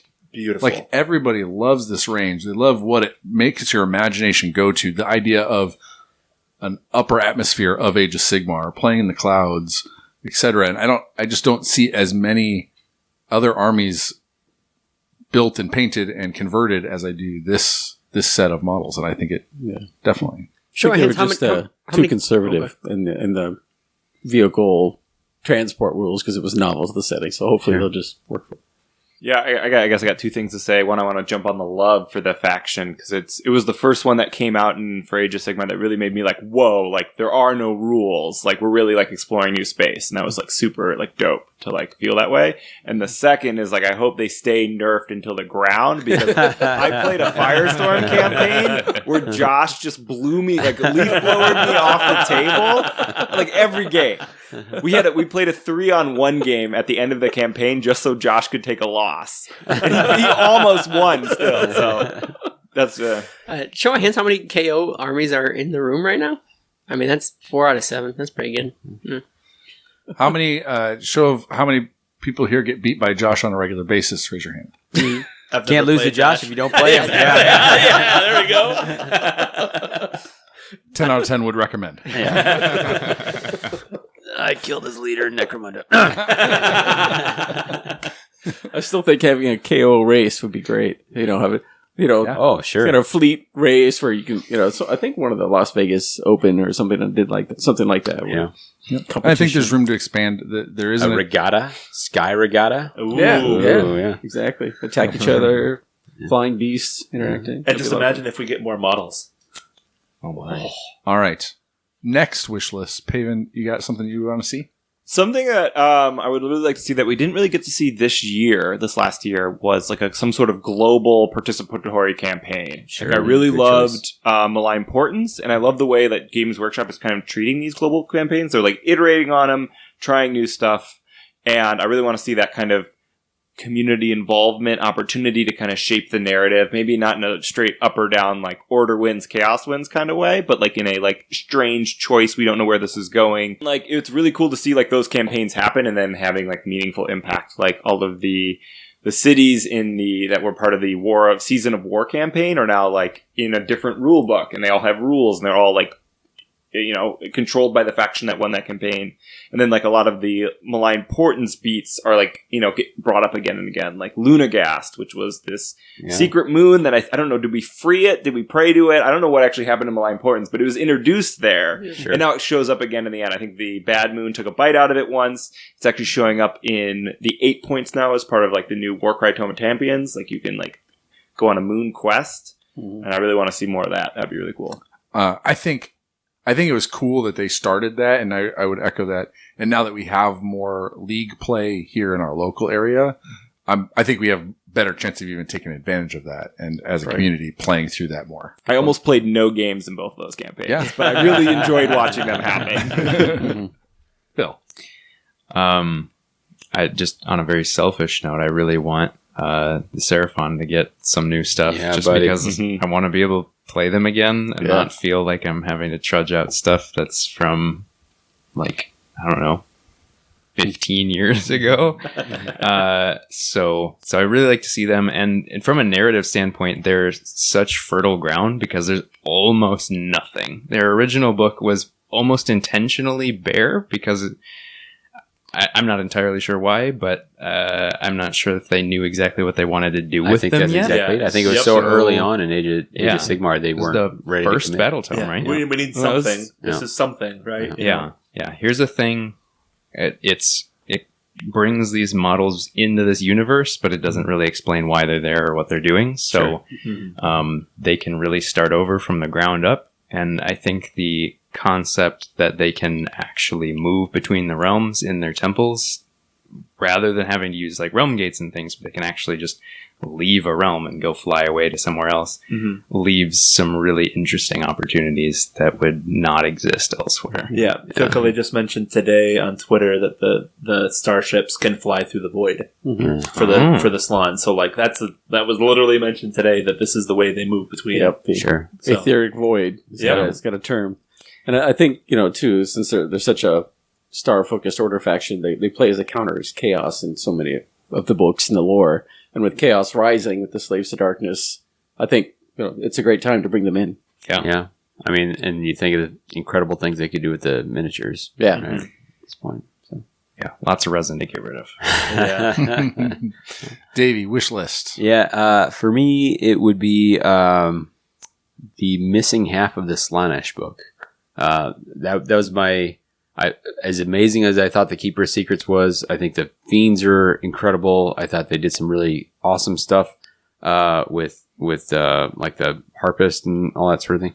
But there were no Immortals in that release, and I feel like with what they can do with how they imagine and design miniatures right now, like there's some incredible things that they could do. Like if you think of a faction that would benefit from what they can do with movement and speed and motion in their miniatures, it's Slaanesh.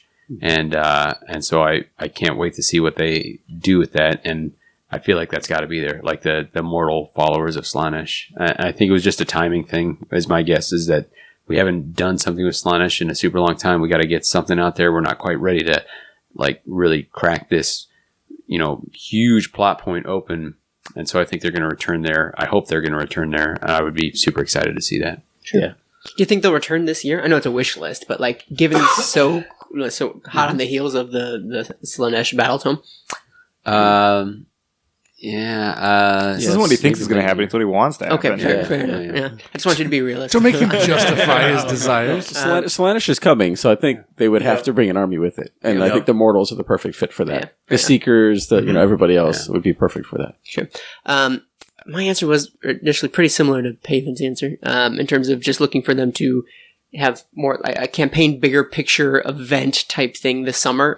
I'm specifying this summer because I think that's when they do a lot of them. I expect sort of that we'll see some of that. What else I want is, honestly, I love that they've gone back and released battle tomes for basically every faction that's coming out. And if they want to take the time to hit up KO and then Tzeentch and then Seraphon as well, more power to them. But I'm really hoping that we can get past that quickly and we can really start moving forward for it. I feel like You want something totally new? Yeah, whether totally new or an expansion of a faction that we've already maybe touched on currently. I feel like we'll throw endless spells or a terrain piece to a faction that we're all sort of used to coming from, whether it's the old world or something that was released earlier in AOS. I want to see what a new chamber for Ironjaws looks like. I want to know what the equivalent of a chamber for Sylvaneth or something like that. Let's sacrosanct somebody who hasn't gotten it. Yeah, exactly. I want to see round 2 for, that isn't Stormcast or Khorne, basically. Yeah. Because I think a lot of these books that we've seen so far have been great foundational, get your foot in the door type thing. I talked about that, I think, from the Bone Reaper's perspective, in that this is a great introduction. But what's the evolution of each of these things look like? I want to know what the stage 2 is for these. And I think they can't move forward with those until they get everybody else locked in. And if those 3 books are required for us to move forward, so be it. That's fine. And then I'll hold my breath until after that. I don't care what it is, honestly, as long as it's new and exciting and so on and so forth. And I trust that it will be. So Nice. My wish list. One of the things I'm still think we're behind the sci-fi counterpart is in terrain sets that allow us to build higher. We've got a lot of terrain that's ruins. It kind of fills out what came before, and Age of Sigmar is a lot of that built upon the ruins of pasts.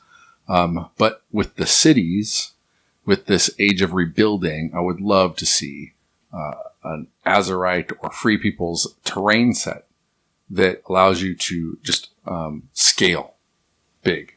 Scale beyond. And I don't know how, again, Age of Sigmar is maybe not made for heights and that sort of stuff, but I think, I don't know, there's something about those terrain sets, whether it be the Necromunda, Zone Mortalis stuff, or the Sector Mechanicus stuff, or even the cities, city fight stuff.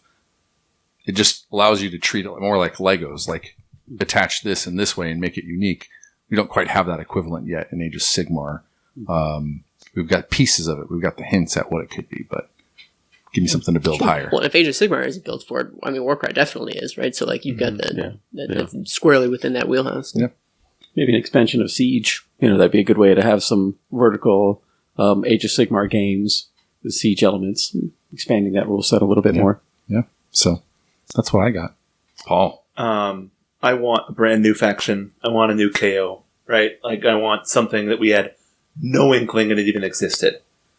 And I want an entire race done to the hilt like KO was, right? Ossiarch is a relatively good example, but KO just had that something extra. What about the Deepkin? Yeah, exactly. The Deepkin, something like that, where it literally just completely out of left field, right? But we've seen an interesting trend with the way that they release products this year, where we had the Start Collecting for Slaves to Darkness be released with all completely brand new models, right? We had Feast of Bones, which came with 1 new ogre and the first place to get a brand new race. I think we might see in this next year a box set of 2 completely brand new races released together as a new starter set. And I think all of these big box sets are starter sets, right? They come with the rules, they come with the cards, and I think we are going to see that. I mean, in 5th edition of Warhammer, we had Bretonnians versus Lizardmen, right? And those were 2 brand new factions. And that's something that Games Workshop has not done ever since, if I'm not mistaken. And I think they are poised in a place to be able to do that. With everything that we have seen, categorized, put into a battle tome, or put into Legends, I'm really hoping that we see some just huge brand new exploration.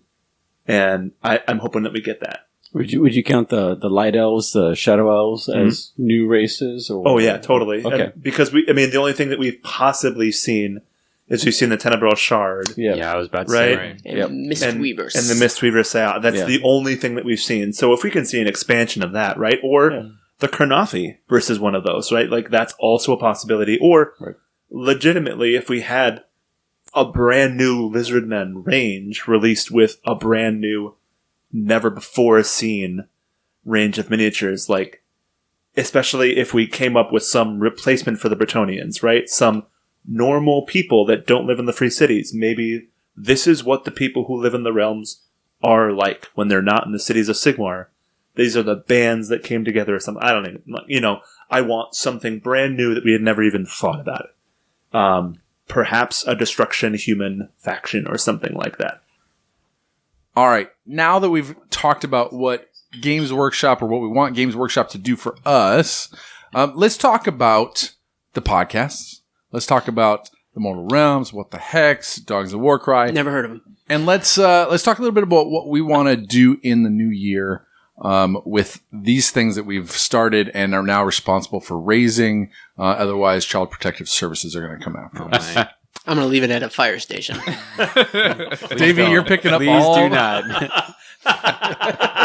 not. So why don't we start with the big kahuna himself, Aaron. Aaron. Aaron. That's what they call me. I'm leaning into Aaron, I think. What are you going to have us do this year? What's our? Are we fired? I got a whole new. I mean, Josh has been chomping at the bit actually to get out on the story phase on the Mortal Realms. What are we gonna do this year? More stories, more pun intros, despite what Davey says. Veto power. Honestly, I just been editing in puns for you in the beginning. Actually, It only works if they don't listen. no one else does either. I guess one of my goals, is to keep hitting up Black Library Fiction. By the time this releases, you probably will have realized, general listener, non-patrons, that we have been slotting in our compilations of the Pocket Realms that Davey and I have been doing. So that the folks who are listening on sort of our main feed are going to get a taste of that as well. We're still going to be releasing them ahead of time on the Patreon, but we figured we'd be remiss if we didn't share this bounty of knowledge with the general public. And I think moving forward, we're going to start bringing other folks in too, because we're tired of talking to just each other. Tired. Yeah, very, very tired. So expect to see more folks tapped in for that and having those episodes as bonuses, in addition to our regularly scheduled monthly story phases as well. Along those same lines, I want 2020 to be a year of collaboration. There are a lot of great creators out there putting out lore content, and I think it'd be awesome to get a chance to work with some of them. So if that's you, reach out and let's jam. And then just as a personal goal, I want to be a little bit more timely in terms of like releasing stories when they're hot and fresh and people may or may not have gotten a chance to read them. I think we've had a couple that were harkening back because there was interesting stories that I think were worth being talked about, but with the release pace being what it is now, I think we can keep tabs on both some of the Black Library Fiction that gets released, and we can be sort of caught up with them, as well as tapping into those Battle Tome reviews that we do as well. So that's a personal goal, just to line up the timing a little better. Anything else to add on the Mortal Realms? No, I just I like that we've got the focus on figuring out. I'd like that we continue the focus on what narrative arcs are really informing the greater AOS universe. Yeah, and so exactly. I'd like to make sure that we're laser focused on that as our target. I'm excited to what we're trying to expand in terms of with the Discord channel, bringing people more close to us as we kind of have conversations about the Mortal Realms, about Age of Sigmar, and we're going to get Aaron out of his cave and down to Adepticon this year. And so, we're not going to have, first year we're going to have like, I don't know, almost everybody, at least off the TMR cast. I'm not going to point fingers or anything like that. But we're going to get a chance to go down, hang out together as a cast, meet some people. And, you know, we've all individually had different experiences being able to meet more people in the community. Adepticon's been huge for that. And, yeah, I'm excited for us to do a little bit more. So I feel like podcasting can be just kind of like this wall you're sitting behind. Yeah, the way I prefer it. Yeah. And so moving from Twitter to Discord and then Adepticon are just a way for us to kind of ask how you guys think about this and what we should do better. So, Paul, do you have any thoughts on the Mortal Realms podcast and what you think we can... Well, what I'm really excited about is the same thing we were kind of talking about earlier, was we have this depth of fiction now. Like, we have these areas that we have explored, these touchstones that we have been able to engage with. And I think we can do a great job moving forward of really being able to point out other books that you've read, because we started to develop some of these tropes, some of these interesting own fantasy arcs within Age of Sigmar, and we're just going to keep getting more of those, I feel like. We're just going to be able to expand, do better recommendations other than just like, this is a really good book. If you like this race, do this thing. I think we're going to be able to be like, this is an adventure book. If you want another adventure book, we're actually being able to break out of just, I'm going to recommend an Age of Sigmar book because it's an Age of Sigmar book. Because we're getting into territory where we don't need to just do that. Yeah. So our collective hive mind is getting smarter. A little bit. Interesting follow-up. This one's going to be for Aaron. Oh, no. Uh-oh. Now that we've had heard the mention or the announcement, probably one of the biggest of the year, that in 3 years' time, we might be heading back to the old world. Hey, I can't believe this didn't come up earlier. Yeah. Would you ever consider slating old world content? Yeah. No, I wouldn't slide it in. I'd probably do in addition to. I was worried you were going to say, like, instead of. Oh, no. In addition to. I mean, you guys got to make new shows. I want to make a new show. Nice. So, I mean, part of the reason the Mortal Realms even came out is because there was some content out, but nobody was giving it a chance, and we wanted to just tell more of the stories of the Mortal Realms. Now that we have that depth, you're saying, hey, yeah, let's dive back into content that is there. Sure. I mean, good stories are good stories no matter when they're written. Well, and definitely, and to some degree, maybe it informs, I don't even know how this works, like timeline-wise, but maybe it informs the Age of Sigmar stuff somehow. Yeah. Oh, totally. If you want to understand Nagash, go back and read the trilogy before he was a dead dude, you know? But just imagine, right? Like, we've had Storm Vaults, where it's like, oh, we're going to go back into the Age of Myth, right? Like, but that old information informed the current going on. Mm-hmm. If you go back to the old world, you can start these seeds that have like a story of 1,000 years to be able to grow and to envelop and to develop. And that's just an amazing possibility that we really have not seen. The flashback phase! Who earns? Try that The again. flash dance phase? Better. Nailed it. I'm definitely very interested in that. And like, even when we dabbled in like the Warhammer Fantasy RPG, like that already like really got me fairly interested. So yeah. Cool. All right. Times. Any last pieces about TMR and the year ahead? Be consistent. Be timely. Patreon. No. Lightning bolt. don't worry, I'll definitely edit that out. All right. Let's move over to what the hex. You've got a year in the bag. Bi-weekly. What insanity drove you to that? And are you going to weekly now? Is that what I hear? So here's Rumors? the thing: is like it was actually an act of sanity to go bi-weekly because my initial concept was like we'll do something every week. Also, the original concept was that we would do 30 minutes an episode. Yeah, I love those and intros. as we covered in our recap episode for 1 year, we managed that all of one time. Highest downloaded episode of all. So, but yeah, this coming year, more of the same. Like we're pretty proud of the content we're putting out. I think we've maintained that consistency every Monday morning. We may adjust our specific release schedule, but every 2 weeks you're going to get an episode of that. I want to continue what we're doing as far as like bringing in all different aspects of the Underworlds community, pulling Europeans, U.S. members, Canadians, of course. Thank you, Jeff Osborne. Salute. But just trying to be a force for pulling the Underworlds community together at large. And it's a great community, and we want to reflect that back to the community. So I'd like to see more of that. Yeah, definitely. And then I think this is something that we've slightly talked about, but never really gotten off the ground. I think maybe branching into some battle report stuff might be kind of cool. Yeah. Got somebody else in our league who's got some connections with some cameras and is interested in trying to help us out with that. So maybe even pull in a new member of the podcast just for some video stuff. I think we've got a baseline that we're competent at and comfortable with, and now it's time to start seeing if there's some experimental lines that we could branch out. So yeah, definitely. Their answer was way better than my answer. For do you want to go again and we can edit? Yeah, just edit it in. Let's just from the top. Yeah, no. There's enough laughing that he can, probably just start this whole crack some jokes and just Good run. Question: any plans to add? You guys have kind of new beginner stuff. Kind of getting into the game. You've got competitive stuff, kind of cracking those decks, hitting that scene.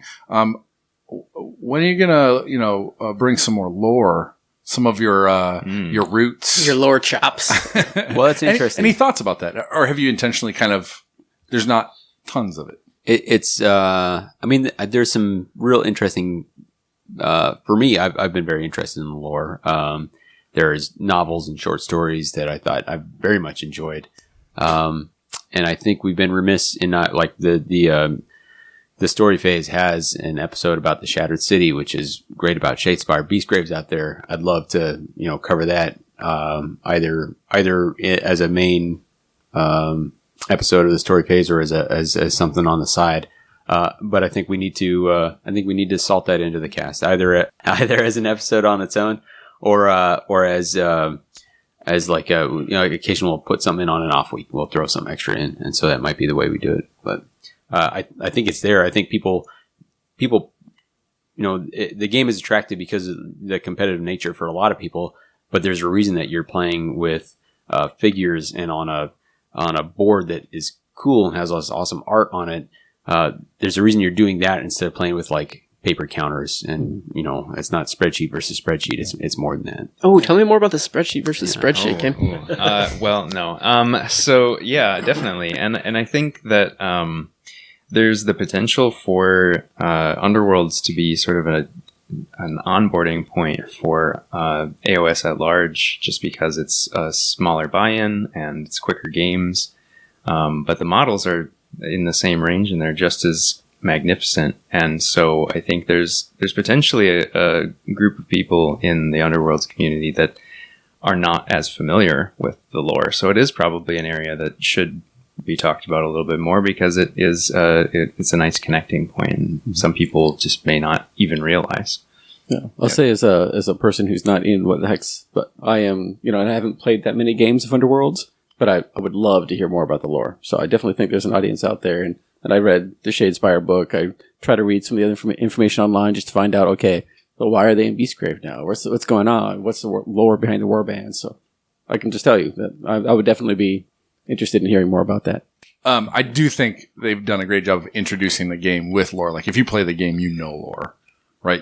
From the cards, from just the settings. So they've done a great job with this game of immersing you pretty quick, but there's definitely more to go. It'd be very easy to not have it included at all. Like without the little blurbs on the cards, they didn't need to do that, but like it helps having it in front of them. Yeah. So that's cool. Any other thoughts on what the hex and where it might go? Yeah, if we're just shouting episode topics, here's what I want. Here's what Tell people us, want. Tell us. I want what the pavement wants. I like what I struggle with is like if I'm gonna play a competitive game, I want to be like super competitive about it. But like I'm like really intimidated. There's so many warbands now.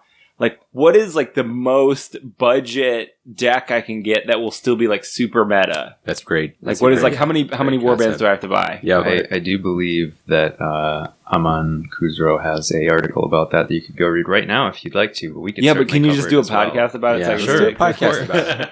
I don't like using my eyes. I want to use my ears. No, definitely. Yeah. My I eyes love are busy. Aman, but we can do it. We can do it better. Oh! That is- Throwing shade. Ain't cutting It's a that. competitive game. Yeah, right. Competitive podcasting. Oh. Standing. And he's been on your podcast, right? Yeah. Have you been on theirs? I have. Okay, then everyone's, hey, that's great. All right. Hey, Eric, Yes, Aaron. what are your plans with Dogs of Warcry? And I said Dogs of Warcry this time, so good job, me. I don't know. Josh Pavin, what are we going to do with that? I think we had Is that one person or two people? a good run. It doesn't seem like the game's going anywhere. Like it's not. Yeah, Gonna, everybody tried and just So taking a cue from Davy's book, stepping out with what the hex and trying to do it one better. No, we were experimenting with this idea of seasons, and you see a lot of some podcasts do that where it's kind of these seasons of podcasts where you cover a topic I or like this a lot. a series. And so this first season has been really kind of getting into Warcry and playing a bunch of different ways. So from casual, from collecting, painting, rules, league up to event, and lore. So we've experimented with getting rules wrong. We've experimented with filler. We've gotten some rules wrong. We've experimented with filler episodes when we couldn't quite make our bi-weekly. did you just call my show a filler episode? He did. I believe he genuinely did. I call your shows all thrillers. taking off the other members of the team. So it's a little bit of experimentation, and I really didn't know. I mean, I had ideas. I've got about, I don't know, I think I wrote up about 10, 12, no, maybe more than that, 20 episodes worth of stuff, like just names, like what would it be? And we've gone through a bit of that. So we're in the planning phase of what season 2 is going to be. Kind of decide where we want to go. Luckily, it is a very well supported game, and we're getting new stuff quite often. Yeah. And so our season 2 is going to kick off with Tome of Champions and what that's going to mean for what that's going to change for League and for event play, etc. We have some Midwest friends coming off of the Plunging Spires who are interested in running a game, and so we're not sure when that's going to be, but an event. Sorry, not just a game. January is what they were thinking originally. Yeah, I don't. But yeah, no pressure. We're not going to put any words in their mouths. When they announce, they'll announce. But so it feels like we're building up enough experience. Kind of for us, it was similar to you guys, like having enough experience in the game to be able to give other people advice, or kind of a grounding is something that we've kind of feel like we've been able to do with the League and getting in games, etc. So that's what we'll continue. So I think, I don't know yet. It will certainly be trying to hit that 1 year mark of bi-weekly episodes. Anything you guys would like to see us do differently that we've not yet planned or talked about?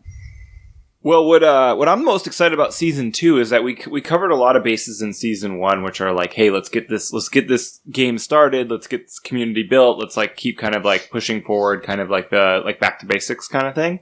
And I think that was like all really great content, and I'm really happy that that's out there. But I'm really excited to jump in deeper on a lot of these concepts, like jump deeper into the narrative, like kind of what are the different hooks and areas to explore on the kind of really small level for these different warbands. Talk about really going in hobby-wise, how can we expand kind of this toolbox and this playground that we've been given, and like really like get in the grit and get in the dirt in this area. I can say as a listener, but not a contributor, like that's what I'm hungry for. So if that's what you guys bring, We're cooking I'm in. it up. Yeah.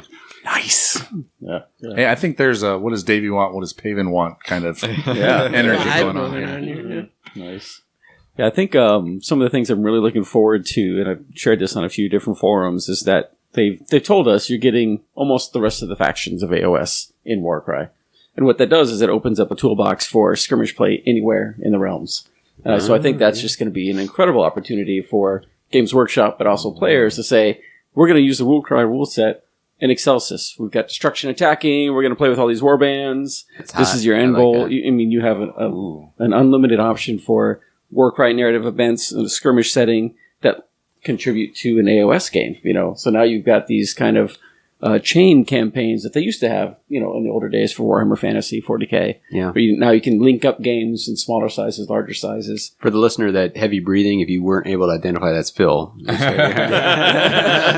Oh yeah. So, Super excited. looking forward to that and the different potential opportunities there, but also as we gain more experience kind of running the league and designing events and making those interesting, especially with some of the new terrain map elements that are in Tome of Champions, it could lead to some unique map campaigns or other unique ways to play Warcry, I think. So. I think our biggest kind of feedback from the community has been when we're trying something out in our league or in our local, tweaking rules or home brewing or, kind of playing with stuff. People are asking, hey, can I have a copy of those rules or can I see what you guys are doing? So I think some of it too is even sharing with the community what we're doing and how we're doing it so they can try it out and give us feedback. And so even generating kind of as a source or one of the contributors to the experimentation that's happening in the community is something I'm excited for. Yeah.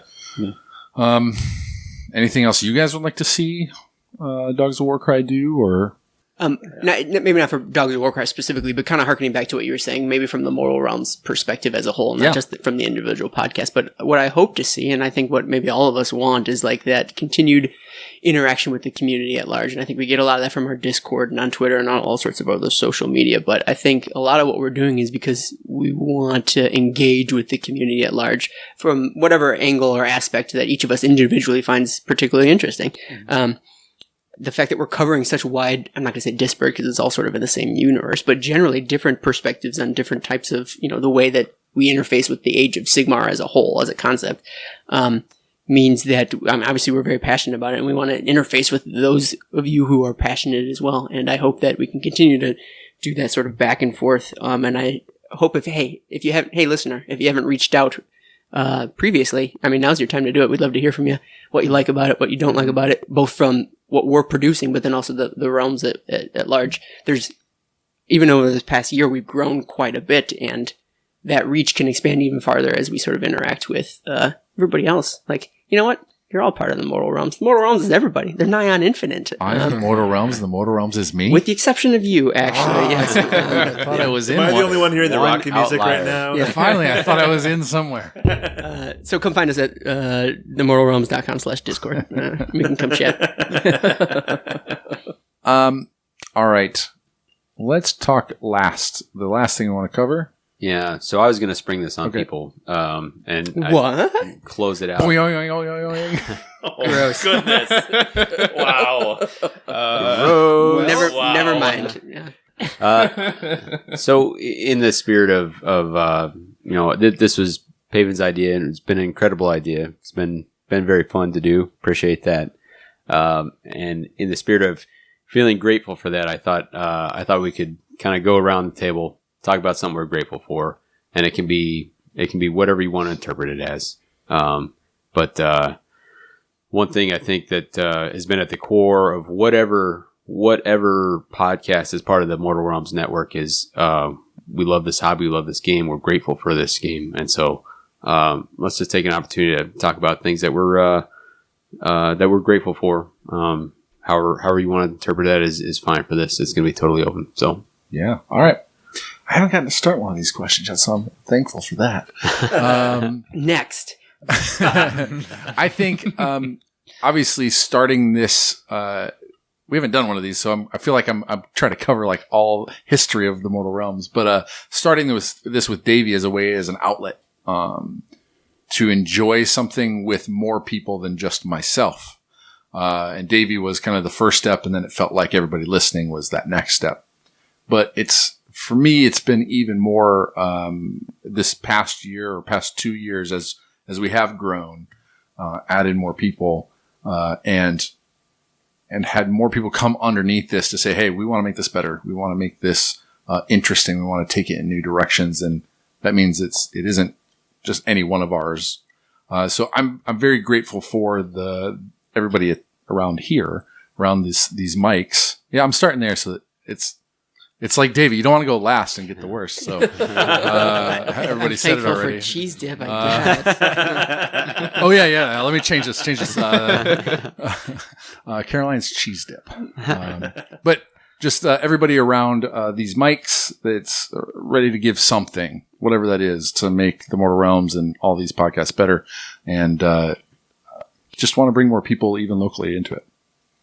I just probably have to say that I'm grateful for, the community, right? Like, not only our podcast, but also like the great group of guys that we have in Madison.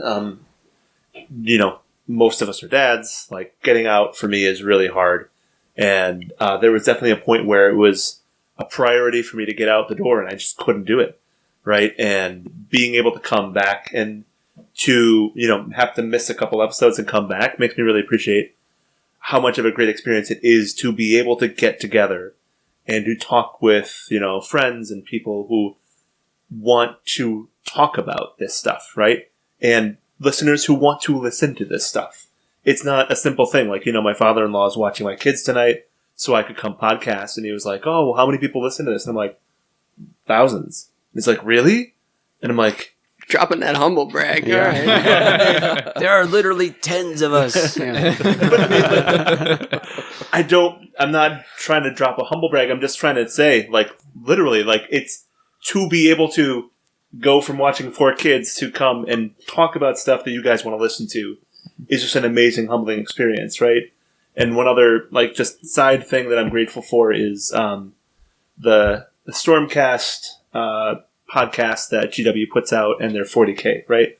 Being able to hear the same passion that we have in our podcast from the employees who work there, sharing their passion for designing the miniatures that we have, designing the world that we have. I've listened to every single one, and it never fails to inspire me to be like, I need to understand that. That little piece of trivia there that really, like, made me intrigued and helped me to understand how somebody could take this and make it into what it is today. Right? And without that, we wouldn't have this at all. I mean, they're almost as passionate as we are. Like, they're Almost. close. Yeah. There's a scale for that. How about you, Josh? Infinity -1. Well, I think you guys are stealing all the good stuff, like David said. There's nothing why we go left. first. Well, we've been here longer. Right, Come right. on, I know. second draft I pick know, again. that's fair. But I will say, I've been very grateful to have a stepson who got me back in the hobby. The last couple of years ago, got had models for a while. I had to stop playing after my daughter was born, just because kids will take time away. But he was the impetus to get me back in, and having a son who wants to do that also gives me the justification to continue doing more of it, which is really awesome. But I also wanted to say thank you for getting us more involved in not only playing fun games in the Warcry League, but also getting back in touch with more of the narrative element of gaming in iOS, which is an aspect I've always enjoyed with Warhammer Fantasy and 40K. So it's been fun to play with it and talk with a group of people that have that similar passion. Pavement. Well, I'm definitely not going to thank the community. Gross. What have you ever done for me? What have you done for me? There's $1. No, I think what makes this hobby special, and it makes it like kind of different than like other hobbies I've had, like video games or whatnot, is like you put yourself into it, and like whether for me it's especially like through the hobby itself, like painting and that time you spent, and maybe you're not always loving like doing all that highlighting, but there's a certain satisfaction you get from it. And I kind of feel a similar way about being able to contribute in this way. Like, it's something I feel good about putting out into the world, and it's a creative process, and it's positive, and it's like, I'm really thankful for the opportunity to have to put something else out in the world I feel proud of, that's positive, that's creative. And so that's really great, and I'm really excited for other opportunities to do similar things. Sure. So, thank you guys. Yeah. How about you, Phil? I mean, it's gonna start to sound like a broken record here, but like the community is super great, and I like, especially for Underworlds, like this game, I'm sure they didn't really quite know how far it was gonna go when they launched it. It felt like a big risk and a big experiment. But people have really latched onto it, and I feel like the community has really grown. And between the Facebook groups and the Discords, there's so much communication now, and you can be talking about these ideas pretty much anytime you want with people all over the world, and the number of people who are willing and interested to listen to our takes on this stuff and reach out to us and say, hey, I really love what you're doing, and giving us feedback and wanting to talk to us and telling us their ideas and giving us more thoughts of what we can continue to do is really a humbling experience, because we sort of started this off just because we were interested in the game, and now it's almost like we have this dialogue going with a community that wants to take part with that journey with us. Nice. Baby. Yeah, I mean, so I would say a couple things. I got a couple of founding members to thank. So Eric, who had the original idea for the first Mortal Realms, said, "Hey, I was thinking about doing a podcast." I was like, "That's weird. I've been thinking about it too." And that's how it kicked off. And it turned out there was this British guy who already had our name, and because it's an awesome name, by the way. It is. Such a solid. Shout pick. out to Mal, who I have been in touch with. He's doing well. If there's any longtime listeners wondering, he's enjoying the game. He actually plays a lot of Underworlds, as it turns out. So, but I appreciate that we've got like a creative group that's finding a way to leverage different strengths. So we got Aaron's organizational skills, and we got the creative energy from Eric. Actually, Dogs of Warcry lets this like crazy, like creative, nuclear bomb going off between the three of you guys. Like, I'm impressed that is not just like exploding over there. Paul's, manic energy is such that, he brings like a spark that we can't replicate, and probably don't want to, Please defeated after midnight. Be like a radioactive decay. But then, especially for me with What the Hex, it was something I was thinking about for a long time, and I couldn't quite find something. I did not want to do a solo podcast. I've listened to those, and there's some people who can find a way to do them well, and I knew myself enough to know that I was not that person. I needed someone else, and so a big thanks to Phil for coming in. I remember like 5 or 6 episodes in being like, "Hey, I think this is working pretty well. Are you cool with being full time?" And he's like, "Yeah, I thought I was." Like, "Hey, all right, cool." Of course. You mean this wasn't a permanent position? Yeah. Josh Payman, we'll talk. So that's been good. And then, that has been such that I've talked to people in the Underworlds community, in the AOS community, that I wouldn't have otherwise been in contact with, and that's been awesome to know that we're doing something that that people appreciate.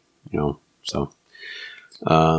Aaron, I can't possibly Trump finish. all of that. I can't possibly finish this out. All right, there's a couple of things I wanted to echo. I think what I'll start with is maybe what Phil was saying is sort of the dialogue with the community at large. I feel like for a while there, this hobby was definitely something that I was sort of doing by myself, because that's how I do a lot of things. Nope, I don't like saying that. Yeah, but now being as sort of a part of this, part of this sort of creative endeavor.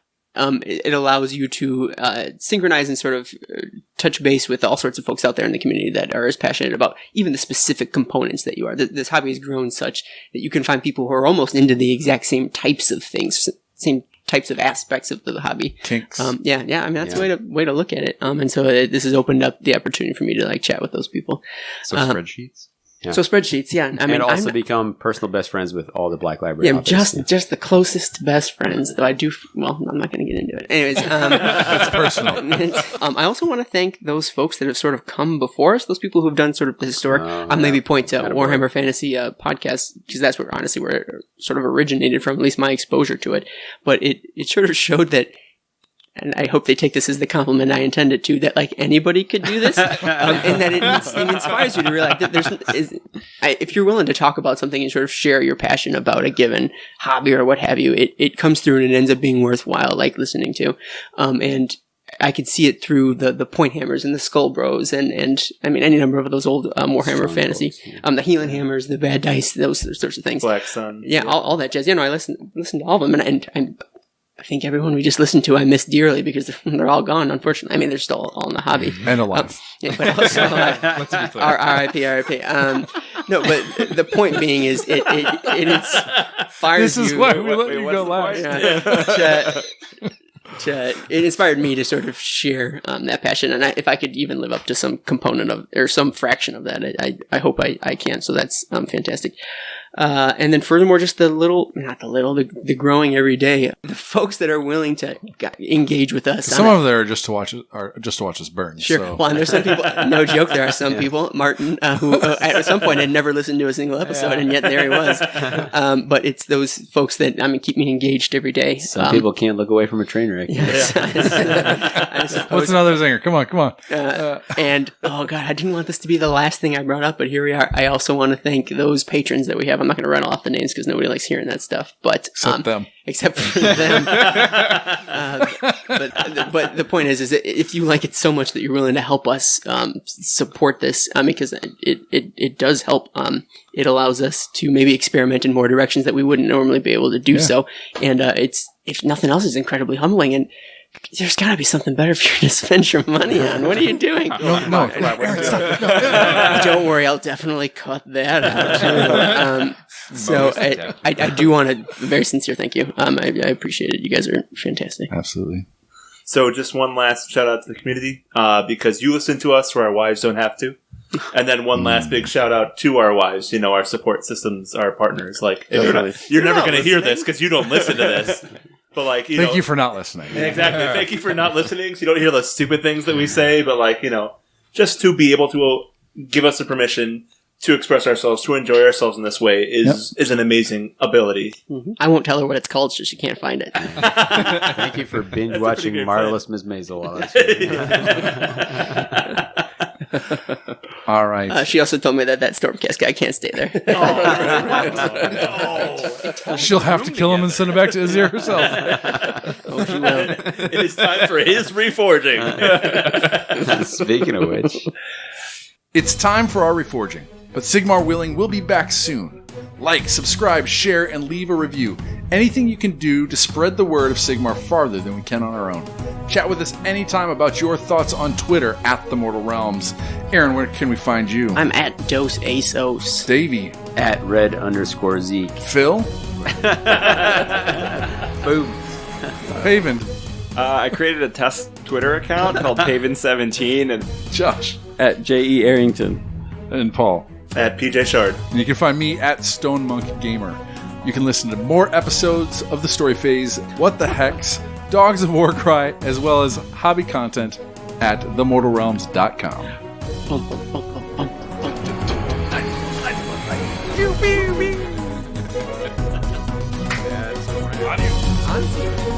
The worst I've ever done.